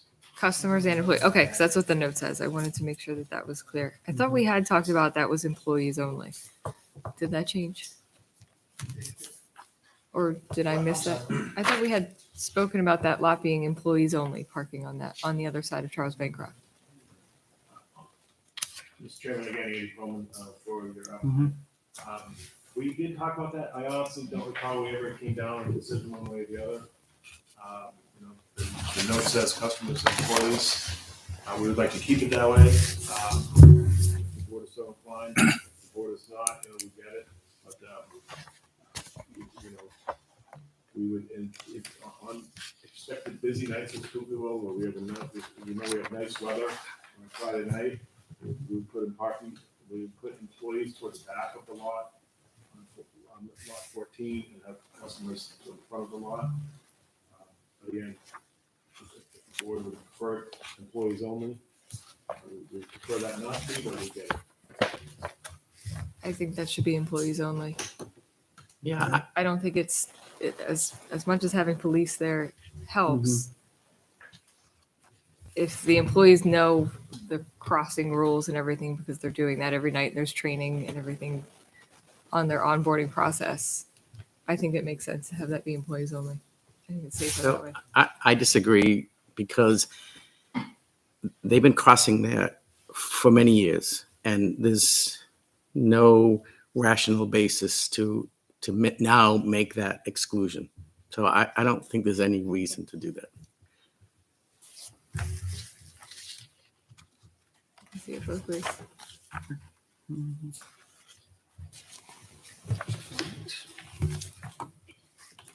Well, one of the Anything things- else? I'm sorry. Yes. So, and we always talk about, and we've talked about handicap things. And, the engineer got mad at me when I said because of a plan like this, that's why the handicap regulations that were put into place. What I would like to do is have a site walk again, and I'll bring 4 wheelchairs.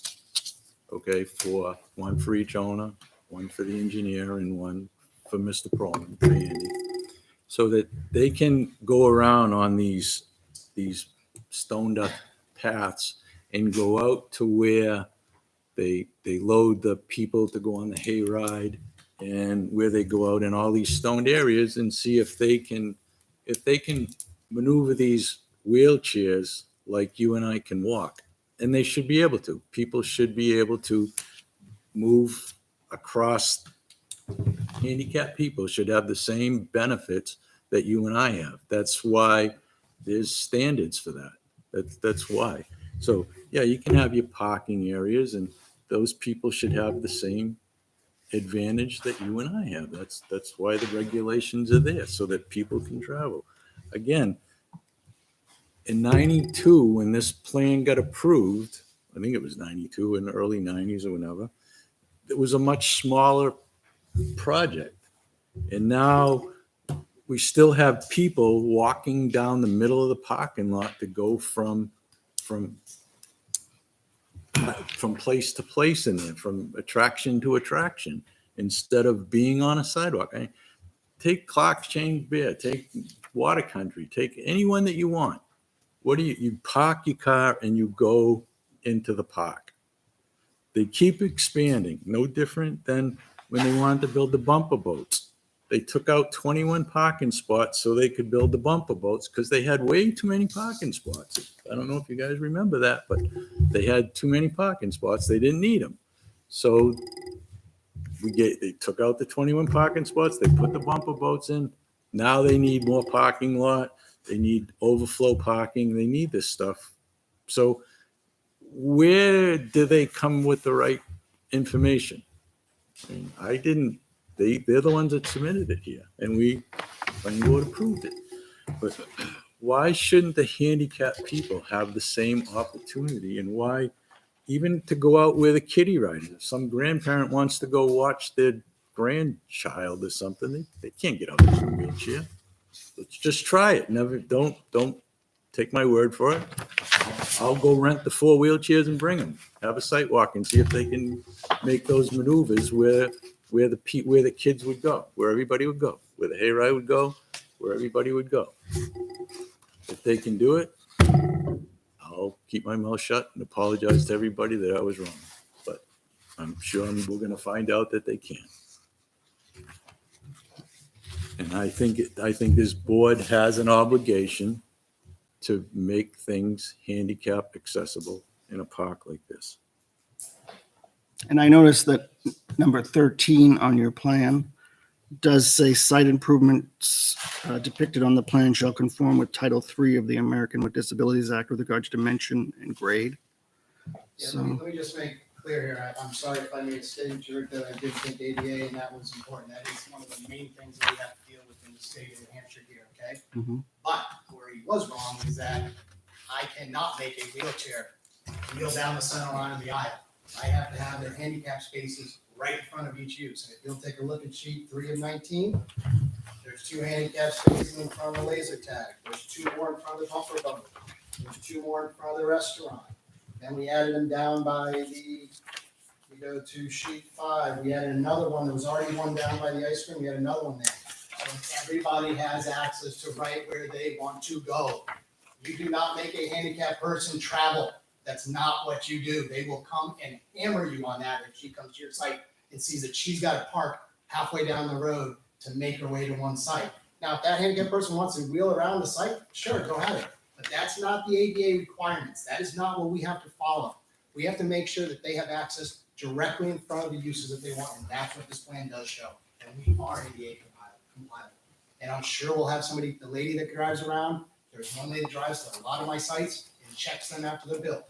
She's all handicapped lady. She goes around and makes sure she gets in and not. And I actually, in 1997, screwed up one in Bedford and had to fix the ramps and stuff like that to make sure that they had access. So there are people that make sure that that is compliant. Okay, so people that want to get on the hayride have handicap access to the hayride. Excuse me, can I speak on that? Because I answer the phones and we have, if you don't mind, I'll tell you exactly how that works. All of our haunted attractions are completely 100% ADA accessible, with the exception of the hayride. We are exempt through regulations, which I don't have them with me, but we're exempt through the hayride regulations for having people, there's no way to get them on and off safely onto a hayride. We are actually exempt from that process. It's just like if you go to any fairground, certain things, unfortunately, that person can't go. If you went to any fair, like the Topsfield Fair or the Deerfield Fair, you won't have to go on one of those rides. I'm sorry, it's just not handicap accessible for somebody. You can't take someone out of a wheelchair and put them with a round up, you know. That's not possible. So there are exceptions, and that is the only exception. And we are proud of that. And not only that, our stamps are, our plans are stamped by fire engineers who very closely monitor the ADA as well. All of our haunted attractions, underneath the pavilions, are stamped by fire officials as well. Like not only fire officials, but fire engineers, which is separate from the fire department. Okay, we beat that one up. So now that when it comes to the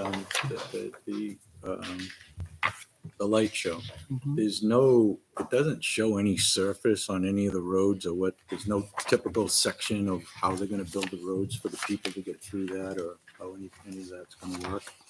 We walked through that on our sidewalk, it's already been done, we made sure it's fire accessibly, when they put those in there.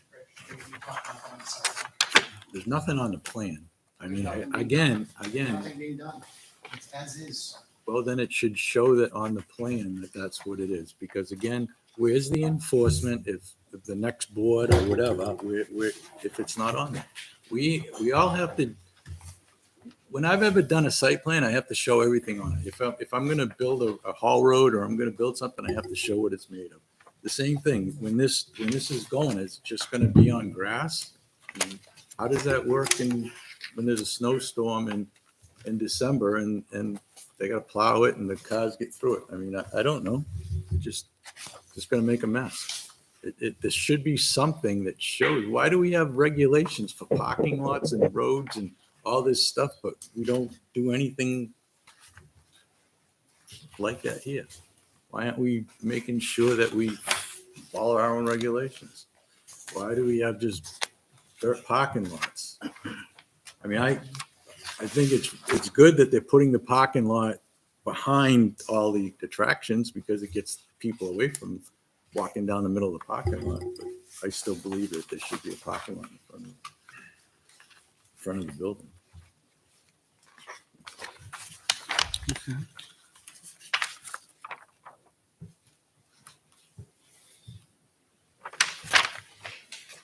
Anything else? I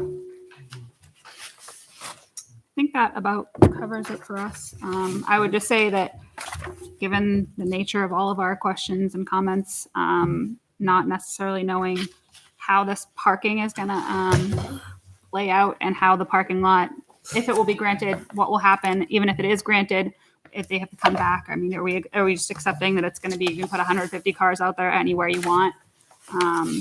I would just say that it's probably not ready to be accepted at this point, especially since the conditional approval basically just means you have nothing left to say on it. You just have to check a box. And the lighting will meet the town requirements for candle power.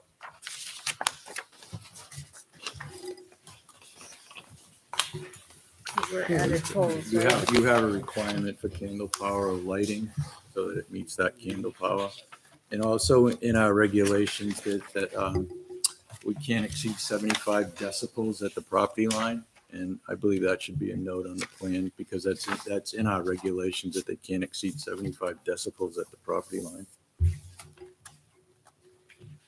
I have that on my site plans.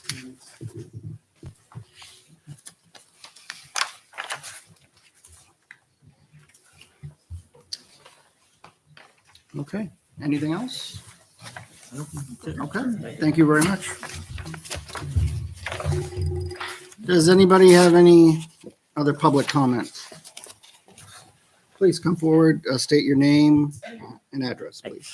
My name's David Mitchell, my wife Connie, I live at 440 Charles Hancock. My question is, the equipment for Nightmare New England, where it's parked now, you were discussing moving it. Is that going? What equipment, I'm sorry? For Nightmare, the structures, the storage sheds, the trailers? No, everything stays where it is. So it's not crossing the street? No, like all the Halloween stuff stays out there, we just take the gory stuff out. And then we put Christmas lights on it, and put like a Santa or elves or something like that. Because the last meeting we did have, it sounded like you were moving it across on the riverside. Behind our house. No, nothing's being stored on. Because we're not Yeah. engineers or anything. We Yeah. come and look There's in no the, Spooky Road parking. Yeah. That cornfield, no, Which nothing's lot is being yours? stored.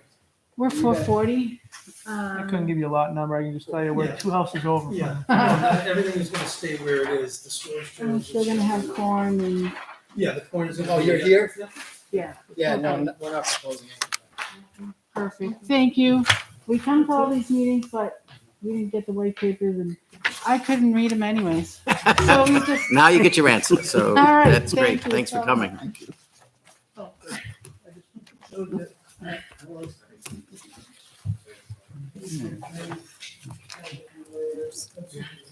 All right. Anybody else have anything that they, for public comment? Mr. Attorney Perlman. Mr. Chairman, thank you. Just a couple quick comments in response to our neighbors. As to a proposed conditional approval for map 20 lot 14, you know, I do a lot of this work. I know Morgan does a lot of this work, and it's common. I don't want to say it's a everyday routine thing, but it is not uncommon to get an approval from one board condition upon the next, or vice versa. Now, if, for example, the zoning board approves our applications as is without any conditions, then I think we're good. If the zoning board makes a number of conditions, or they want some changes to what we're proposing, then we would have to come back for lot 14. But as to sheet 8, I don't want you to think that we just made it up on our own, because the sheet 8 that you see before you now was developed as a result of my sitting down with Mr. Blackwell and making changes to this plan, you know, including moving the storage trailers, including moving the fencing out of the wetlands area. This is a very detailed plan. We have a stockade fence along the rear to block any potential car lights from hitting the neighbor's property. That stockade fence runs approximately 30 feet toward Charles Bancroft, and then it stops, and then it's going to become a temporary fence for the rest of the way back up to Charles Bancroft. And the reason for that is because Charlie McQuestion still farms that field, and he won't want a stockade fence in the middle of his farm field. So there's been a lot of thought put into this site. This is not just willy-nilly. We've really thought this through, and we are going to park cars exactly like we did on the sand lot when we had access to that lot directly across the street from Mel's. It's the exact same thing. Our crew is going to be out there. We have approximately 150 cars. So it's smaller than what we had before on the sand lot. We have the stone dust walkway across property owned by Mel's Funway Park, that standalone house right there. We have a cop handling. It's the exact same thing we did before on a smaller scale. Now, we never had any incidences from the other lot, from the sand lot across the street. We had both employees and customers on the sand lot. We would like to do the same thing here. We don't expect any problems or issues. You folks have seen it. You see the bright lights. When the cops are out there, we don't expect any issues. So we believe that this lot works. We have to go to the zoning board for it. If there are any huge changes, we have to come back to you, but we're not expecting any significant changes to that.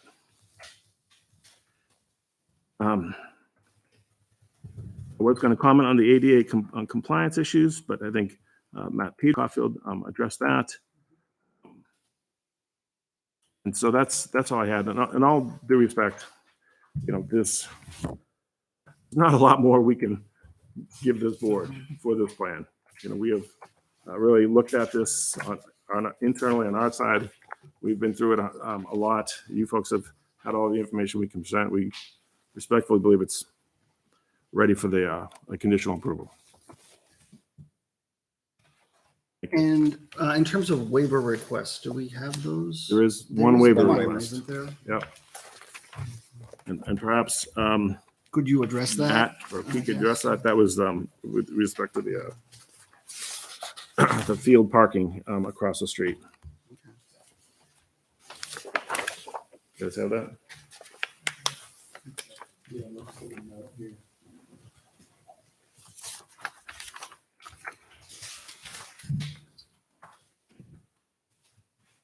Thank you. No, the original application we provided written waiver request. I'm just trying to find. Should have a note on camera somewhere here. Here we go. Note 21. Yes. Following waivers requested of the planning board. Actually, should be waiver, not waivers. Site plan regulations, section 120.14 to allow temporary park on a grass area / cornfield. And that's for both the proposed overflow parking, the proposed corporate event parking, both of which are on map 20 lot 17.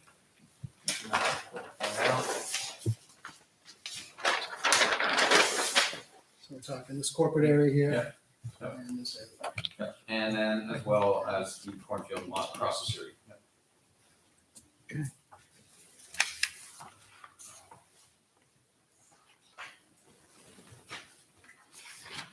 All right. Anybody have any questions about that? I know, Mr. Charbonneau, I know we didn't really talk about the waiver before you started into public comment. Do you have any comment on the waiver request? Just before we make a decision, if you have any concerns. No? Okay. Thank you. Thank you, everybody.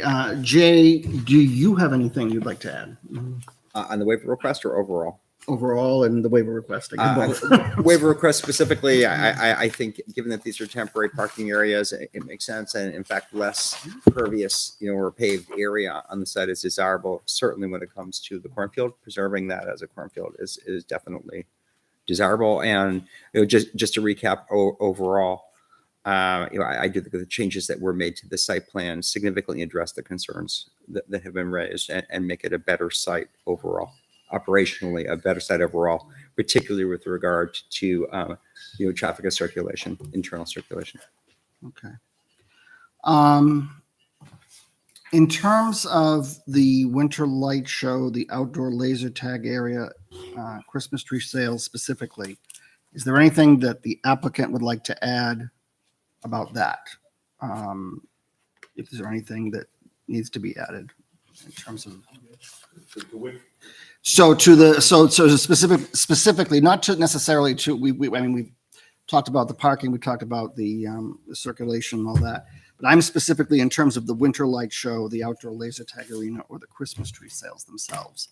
Is there anything that the applicant would want to address in terms of those things, of what that's going to look like? Or I don't think so, Mr. Chairman. In the past, we've provided pictures, sample pictures of what the light show is to look like.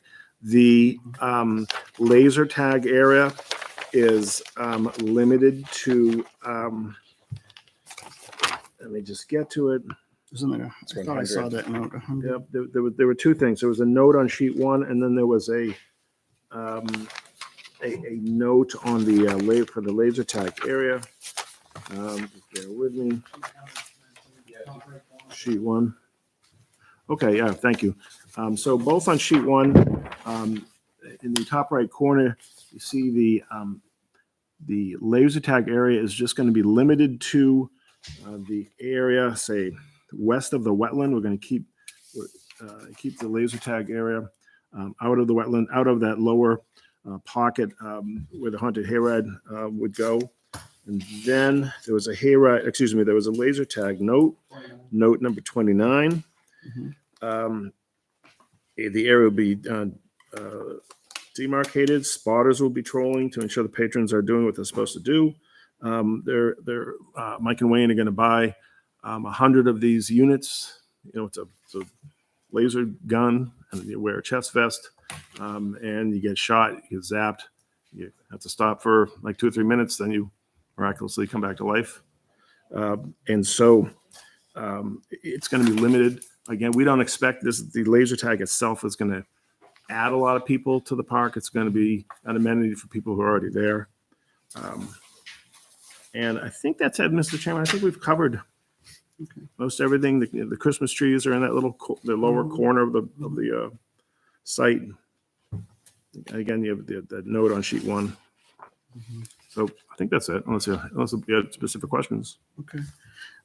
In terms of the winter light show, obviously you're going to have people drive through. I assume you're going to have light displays or whatever those displays are, and you know, what kind of lighting is going to be used for that?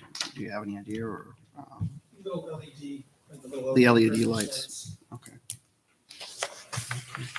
And just one comment, getting back to what Mr. Sharma said about the road. Don't forget that the fire department has to get a truck through there and they inspect it. Right. So that the dirt road that's out there is pretty strong and it can hold a lot of weight. And so that gets maintained. It's plowed if necessary. But you know, we believe that we have you know, sufficient control over what that road's going to be. The lighting itself is, I don't know if it's going to be like a tunnel lighting in some places. Some areas will have tunnel lighting. I don't want to give all of it. But like, you know, some of the buildings that you drive through, houses that'll look like you go through a little neighborhood, you know. I'll tell you when the camera's not running, what else? All right. Does the board have any other questions? As far as Christmas tree loading, did you decide, is there going to be any kind of turnaround space or like loading parking spots, or is it just people helping them get trees to the car? Street, it's only for Christmas trees on both sides. Nobody's driving back and forth anymore. So people will be able to go straight to their car with one of our people to be able to put it on their car. And it's just like mounts. So there's plenty of room for people to back up and then go forward again, back up. Okay. So we'll help them get the tree to their. So we took that out, obviously, when we changed the direction. And is there still hot chocolate at the stand there? Yes. Okay.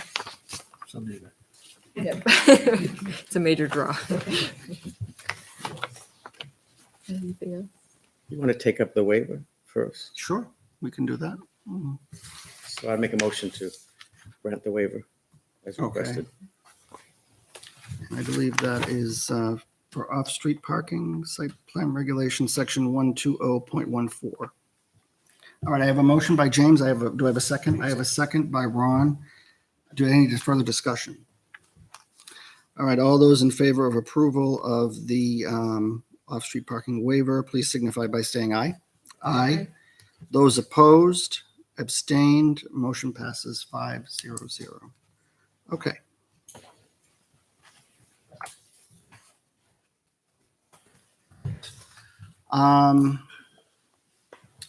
So I guess what is the will of the board? Do we So want? I'd say I am more than ready to grant conditional approval. This project has, we've almost exhausted ourselves with the amount of time we spent, and we've had multiple conversations. We've had an extensive site walk. The applicant has been very responsive to a lot of the suggestions we made and has modified their plans. They've improved the plan significantly. I think Jay's recognized that.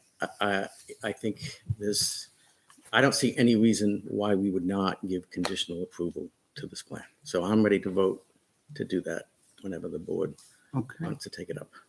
Great. I concur. You concur? I do. Everybody else? Yeah, I think feels? a lot of good work has been done, and I mean, we should see it enforced, but I don't see any reason why it wouldn't just be adhered to. Okay. Kim, do you have any? No, we just have the list of conditions, right? Yeah, just a list of conditions we can put in, and if we want to do a conditional approval. Do we want to put in the thing about the lights can't exceed the 75 decibel? Is that? I don't think we should because if I remember right, we struck that from Romano's site plan a couple Okay. years ago.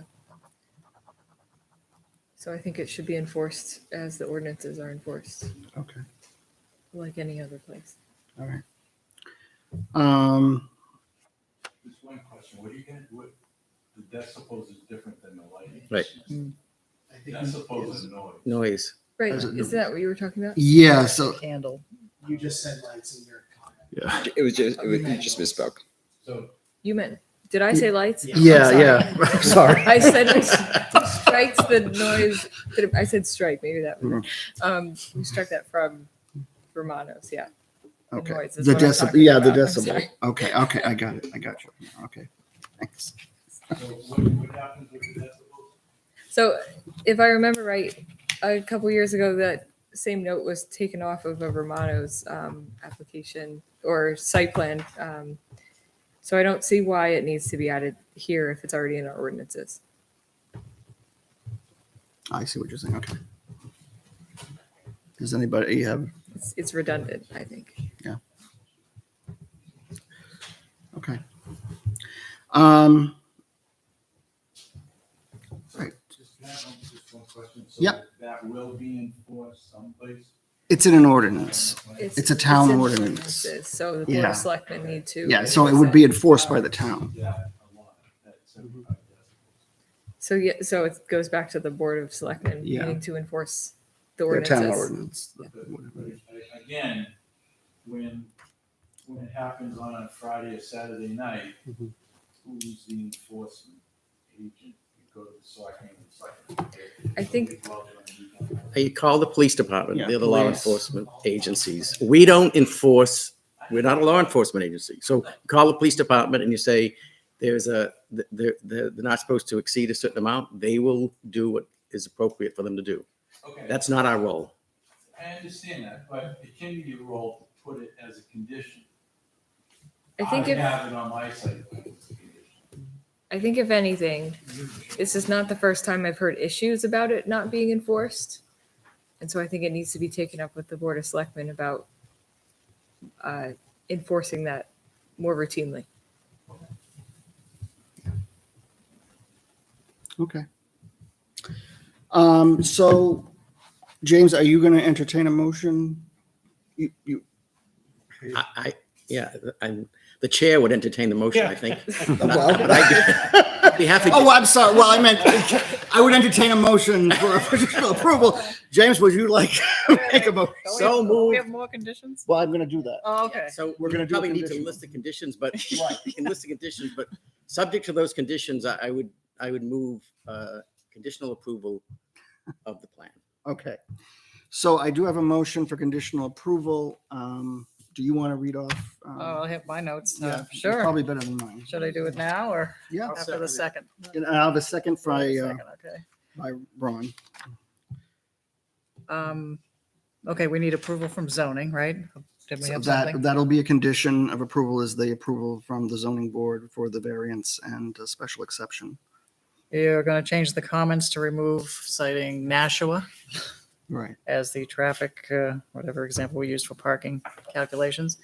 You're going to remove anything where it says lot 15. That's on a couple of places there. Sheets E1 and E2 are going to have the engineering stamp. What if, can't read my own writing. Hold on. I think Mr. Charbonneau mentioned about a lighting requirement for something. I don't know what is that. Well, that's. We have a that's- zoning ordinance. We do have an ordinance. So we don't a have to, town we don't have to do that. ordinance. Okay, So, that's I mean, like, that's enforced by the yep, town. gotcha, okay.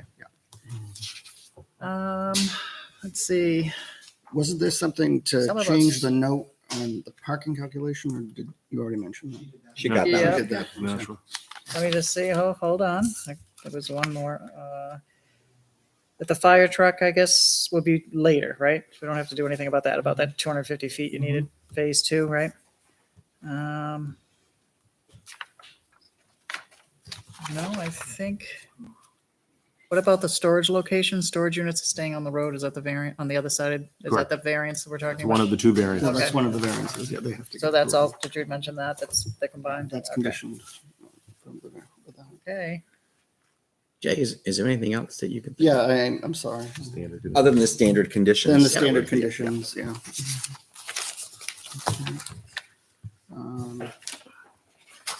Okay. So with that, is there any further discussion? Because we have a motion, we have a second. Any further discussion? All right, all those in favor of conditionally approving the site plan for Mel's Funway, the amendment, please signify by saying aye. Aye. Those opposed, abstained, motion passes 5-0-0. Okay, Thank you very much. all right. Thank you for your time. Thank you. Thank you. Have a good evening. It's been a long time. Appreciate your work on it.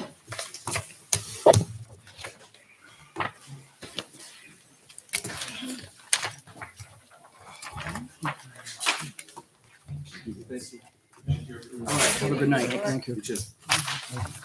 Now, if a lot of you don't come to Halloween, I expect to see you for Christmas. They'll be there. Hot chocolate. Hot chocolate. Right. I better tell the board.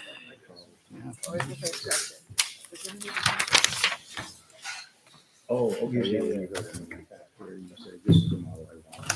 You get a little detail. Okay. Next item on the agenda is committee reports. Any reports from any committees? Kim, do we want to start with you? You'll start with me. Good night, Randy. Good night. Well, next Board of Selectmen meeting will be Monday. I will definitely bring up enforcement issues that might be coming up. We have a code enforcement officer, but it's really police, right? They need a law to point No, to, the right? code Jeff Black. is Jeff Blackwell, the Yeah, but building inspector. if there is a call to be made about being too bright or too loud, they usually call the police, right? We had the police show up at Vermont. They should call the police because it's night, so Yeah. there's nobody else to call. Yeah, And that they- too, but I mean, the They also enforcement part have of it, a decibel meter. but the enforcement part of it, we have an ordinance They who, don't? I thought they did. I thought with Romanos, they went out there and actually measured it, but maybe I I don't thought it remember fluctuated correctly. too much or something, yeah. The Romanos measured it. Okay, yeah. Kim, what did you say, Monday is Board of Selectmen? Yeah. All right, so I'm going to read some minutes that I gave to the Board of Selectmen, so just bear with me for a second. The one thing about this planning board we'll talk about maybe later is we're going to have that workshop about the speeding potentially on Albuquerque. I know that I have watched part of Albuquerque on my own, and I know Kate has done that as well. I'm sure we all drive it anyway. I did observe some things in some intersections. I spoke to Troy about that. I've taken pictures of things happening, passing on the right, whatever you'll see some of the things, kids trying to cross at schools. So we're going to be writing you a letter, Jay, about, and maybe it has to wait till after we have this workshop for other people's ideas, but maybe a current assessment of Albuquerque to see where it is today, potential things that we're seeing. Maybe you know of somebody or a firm that can do that. And, you know, with 2 parks on that road now, we have 2 parks, we have 1 school, we may have another. It's just things that we want to analyze and get a current state analysis and then see what we want to do. Is that from the Board of Selectmen, you're saying? Yeah, that I'm working with Troy on that, and we're going to reach out to Jay, but we'll all have a discussion about this first. We just met yesterday, so I haven't had a chance to write all that up. And I think the traffic calming measures is coming up. Yeah, so, and painted crosswalks is another thing. The school flashing lights might need to be moved a little past Talent because kids are trying to get across there where buses are turning, so things like that. And of course, if the school board would be, you know, approached if we thought there was really an issue, so they could be part of that. Troy might talk to you, see if you know a firm, and then maybe grants, because if the school systems are on that road and some of the parks, maybe something qualifies there. Okay, as far as NRPC, we've had a lot going on. I don't have to say about the fee increase of maybe 5% on dues, negligent amounts like $320. And you haven't had a fee increase in 11 or 12 years. 12. And you use some of those fees for the grant matching anyway. I told them that about the 501c that was created because we rely on state and federal money for a lot of the funding. But now that you have a nonprofit set up, we can try to get money a different way. President Biden's bipartisan infrastructure law was passed. We had a gentleman come into NRPC to do, it's kind of like ARPA funds, kind of in flux right now with the federal level. We are expected to get $1.4 billion over 5 years, New Hampshire. I believe that was the figure for highways and bridges. Joan, I'll give you this note after so you don't have to. And that person who came in said we really should stay tuned because even when the money gets to New Hampshire, we still have to look at our ways we funnel the money to projects because we don't know if the current ways we do it will handle that. Governor Sununu is working on a regional housing assessment. This time, all the regional planning commissions are asking this mostly the same questions, and we'll give him the data the same way. So he's not looking at all the regions with different reports and trying to get the data together. And I think you're about to start the data collection phase, right? They're working on finalizing the survey. We're finalizing the survey, and a lot of the data is now come in. So that's really awesome. I'm going to put a plug out there, though. If you haven't seen our survey, I'll send up the link because not enough Litchfield responses. So I'll send it out to everybody tomorrow. Housing survey? Yeah, our housing survey. The last big one, I'm not sure 100% on this, but there was a news article about the Capital Corridor Rail Project. It's tied to the results of New Hampshire House Bill 1432. That bill is has a title prohibiting the use of state funds for new passenger rail projects. I don't know if they voted on that or no, but if they vote that no state funds can be used for rail projects, then our Capital Corridor project, which was to extend the commuter rail from Boston to southern New Hampshire, I think 2 stops in Nashua and 1 in Manchester, might have a problem. So I don't know what the housing I bill believe did. the Senate hearing was today, I believe, but I'm not sure what the outcome was. So we don't know the status of that Capital Rail project yet. It passed the House. Okay. As far as NRPC, our next meeting will be on, June 15th? Right. At, Although the annual 7 forum o'clock. is May 11th. Yes, and that will be in Nashua. Amherst. Oh, the meeting is in party, Amherst. yeah, Oh, not party, sorry. excuse me, the forum. Let's see, capital improvement plan we did mention earlier, but the next meeting of the capital improvement plan will be on May 2nd. It's the first Monday of the month here at 6 p.m. at the town hall. Okay. Conservation meets the first week in May. So it looks like May 5th.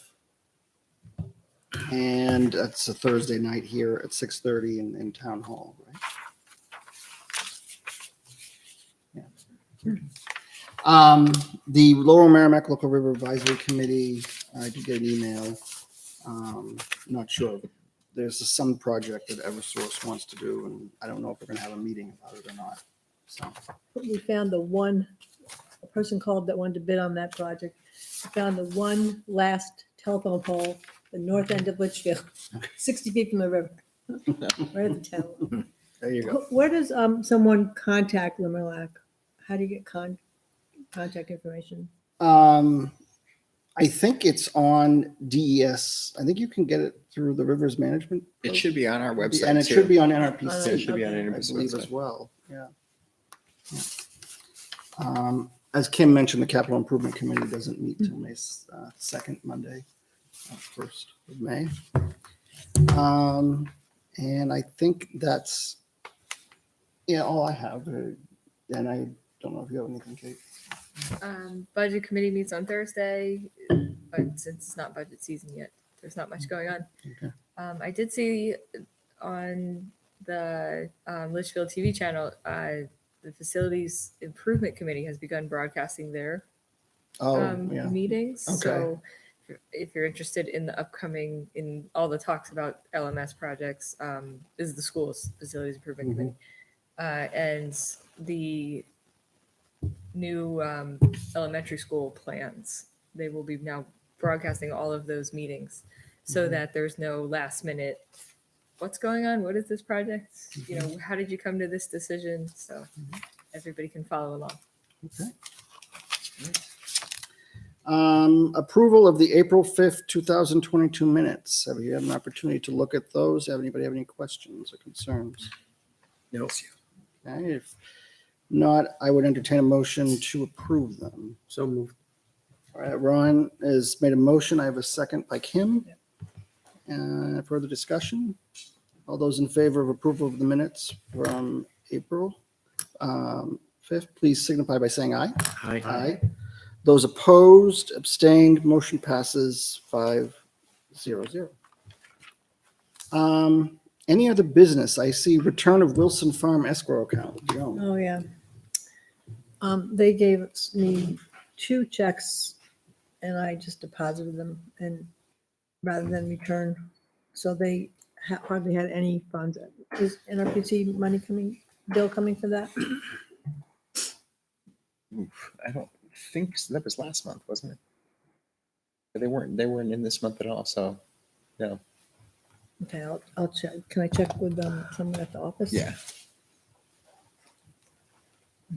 Thank you. Nice to see you. Bye-bye. Take care. So we're not approving anything tonight, or? I guess we can wait till the next. Okay. All right. Yeah, I'm sorry. Oh, the workshop for the Albuquerque discussion. May 17th. It is May 17th. Okay. Yeah, I'm not putting anybody on May 17th. I'm holding it as a work session. And so what if the public wants to attend? Are they just hearing it this way? Public meeting. Yeah. But how do we get the word out other than the cable? I mean, Facebook posting or? Well, do you know what you're going to work on? Well, we're supposedly on Albuquerque, right? About intersections and all that, right? The obnoxious drivers, right? Wasn't that the whole thing to analyze it? Yeah. The traffic calming measures in our master plan. Facebook's probably the most effective. That's where I've seen a lot of activity there, Right. going through stop sign. I mean, a lot of it is bad driving, Do you but want me at to- least to look at it. I did talk to Captain Scotty and he said anything that you put in, they will enforce. Good. And he said crosswalks would help enforce. And then this one at St. Gobain, did you guys see the article about the 1,000? Yeah. Oh, Did you see that or no? no, I didn't. Because Ron is over here, is involved with that. He has to bring his water in from his driveway, right? So St. Gobain to provide safe drinking water to 1,000 properties in the state. They're either going to connect you to public water or give you a filtration device for your home. But they're not paying for the water bill. after That the didn't fact, say right? They're just anything about paying for the filtration. water bill. I don't think they're paying for the connection. There's just probably connectivity. And a filter system, or? I think they said they'd pay for the filtration system, Oh, either one. Okay. either one. Yeah. I'm sure you saw in the that's gone around about Amazon distribution center. Oh, I was heartbroken. I know you were. Yeah, I was in tears too. So yeah. Do you know if the buildings are still going up and it's just on Amazon? Yes. I heard that, but I didn't know if it was. I mean, realistically, I don't see how they could. Their position is that they're moving forward with their plans, but I mean, Okay. The public statement was a little confusing because it said, the headline was Amazon was pulling out, and then it said they're still committed to this project. but that's because, as I was saying to Joan earlier, Amazon wasn't the applicant. The applicant was a Hillwood Corporation. They are the ones that are still committed to this project. Right. Amazon was a tenant. So the ones who spent the millions on the project wasn't Amazon, it was Hillwood. Okay. That's why they're still committed to this project. I get it. Okay. But I mean that, you know, and I'm not saying this from any position of knowledge. It's just the likelihood of coming up with a tenant who's going to fill 2 million square feet is really pretty remote. So needless to say, while they obviously want their project to survive, I don't see how it does in its current form, I guess. But maybe I'll get surprised, and maybe there is another 2 million square foot tenant out there. Yeah. Condominiums. Yeah. Two quick things. The workshop for the zoning and planning online. So I think that there's one April 30th, and is it April 30th and May something? I forget. Yeah, I think I just saw a last, Yeah. The last like call. a sign up. Last call. Yeah, I sign think there up, was a so- last call for it. So I actually did sign up for that. So I will be doing that. I don't plan to be able to be there on Right, Saturday, but I right. can watch it. Yeah, so that's pretty cool. Also, the event, May 11th at the La Bella Winery, I did sign up for the NRPC event. I will be there in Amherst, so that sounds like a good event. So anyone else is interested, I think it's till, RSVP by May 2nd. And that's all I have. So I guess I'll entertain a motion to adjourn. So moved. I have a motion, I have a second. All right, discussion. All those in favor signify by saying aye. Aye. Aye. Those opposed, abstained, motion passes 5-0-0. Thank you for joining us this evening, and we will see you in May. Have a good night.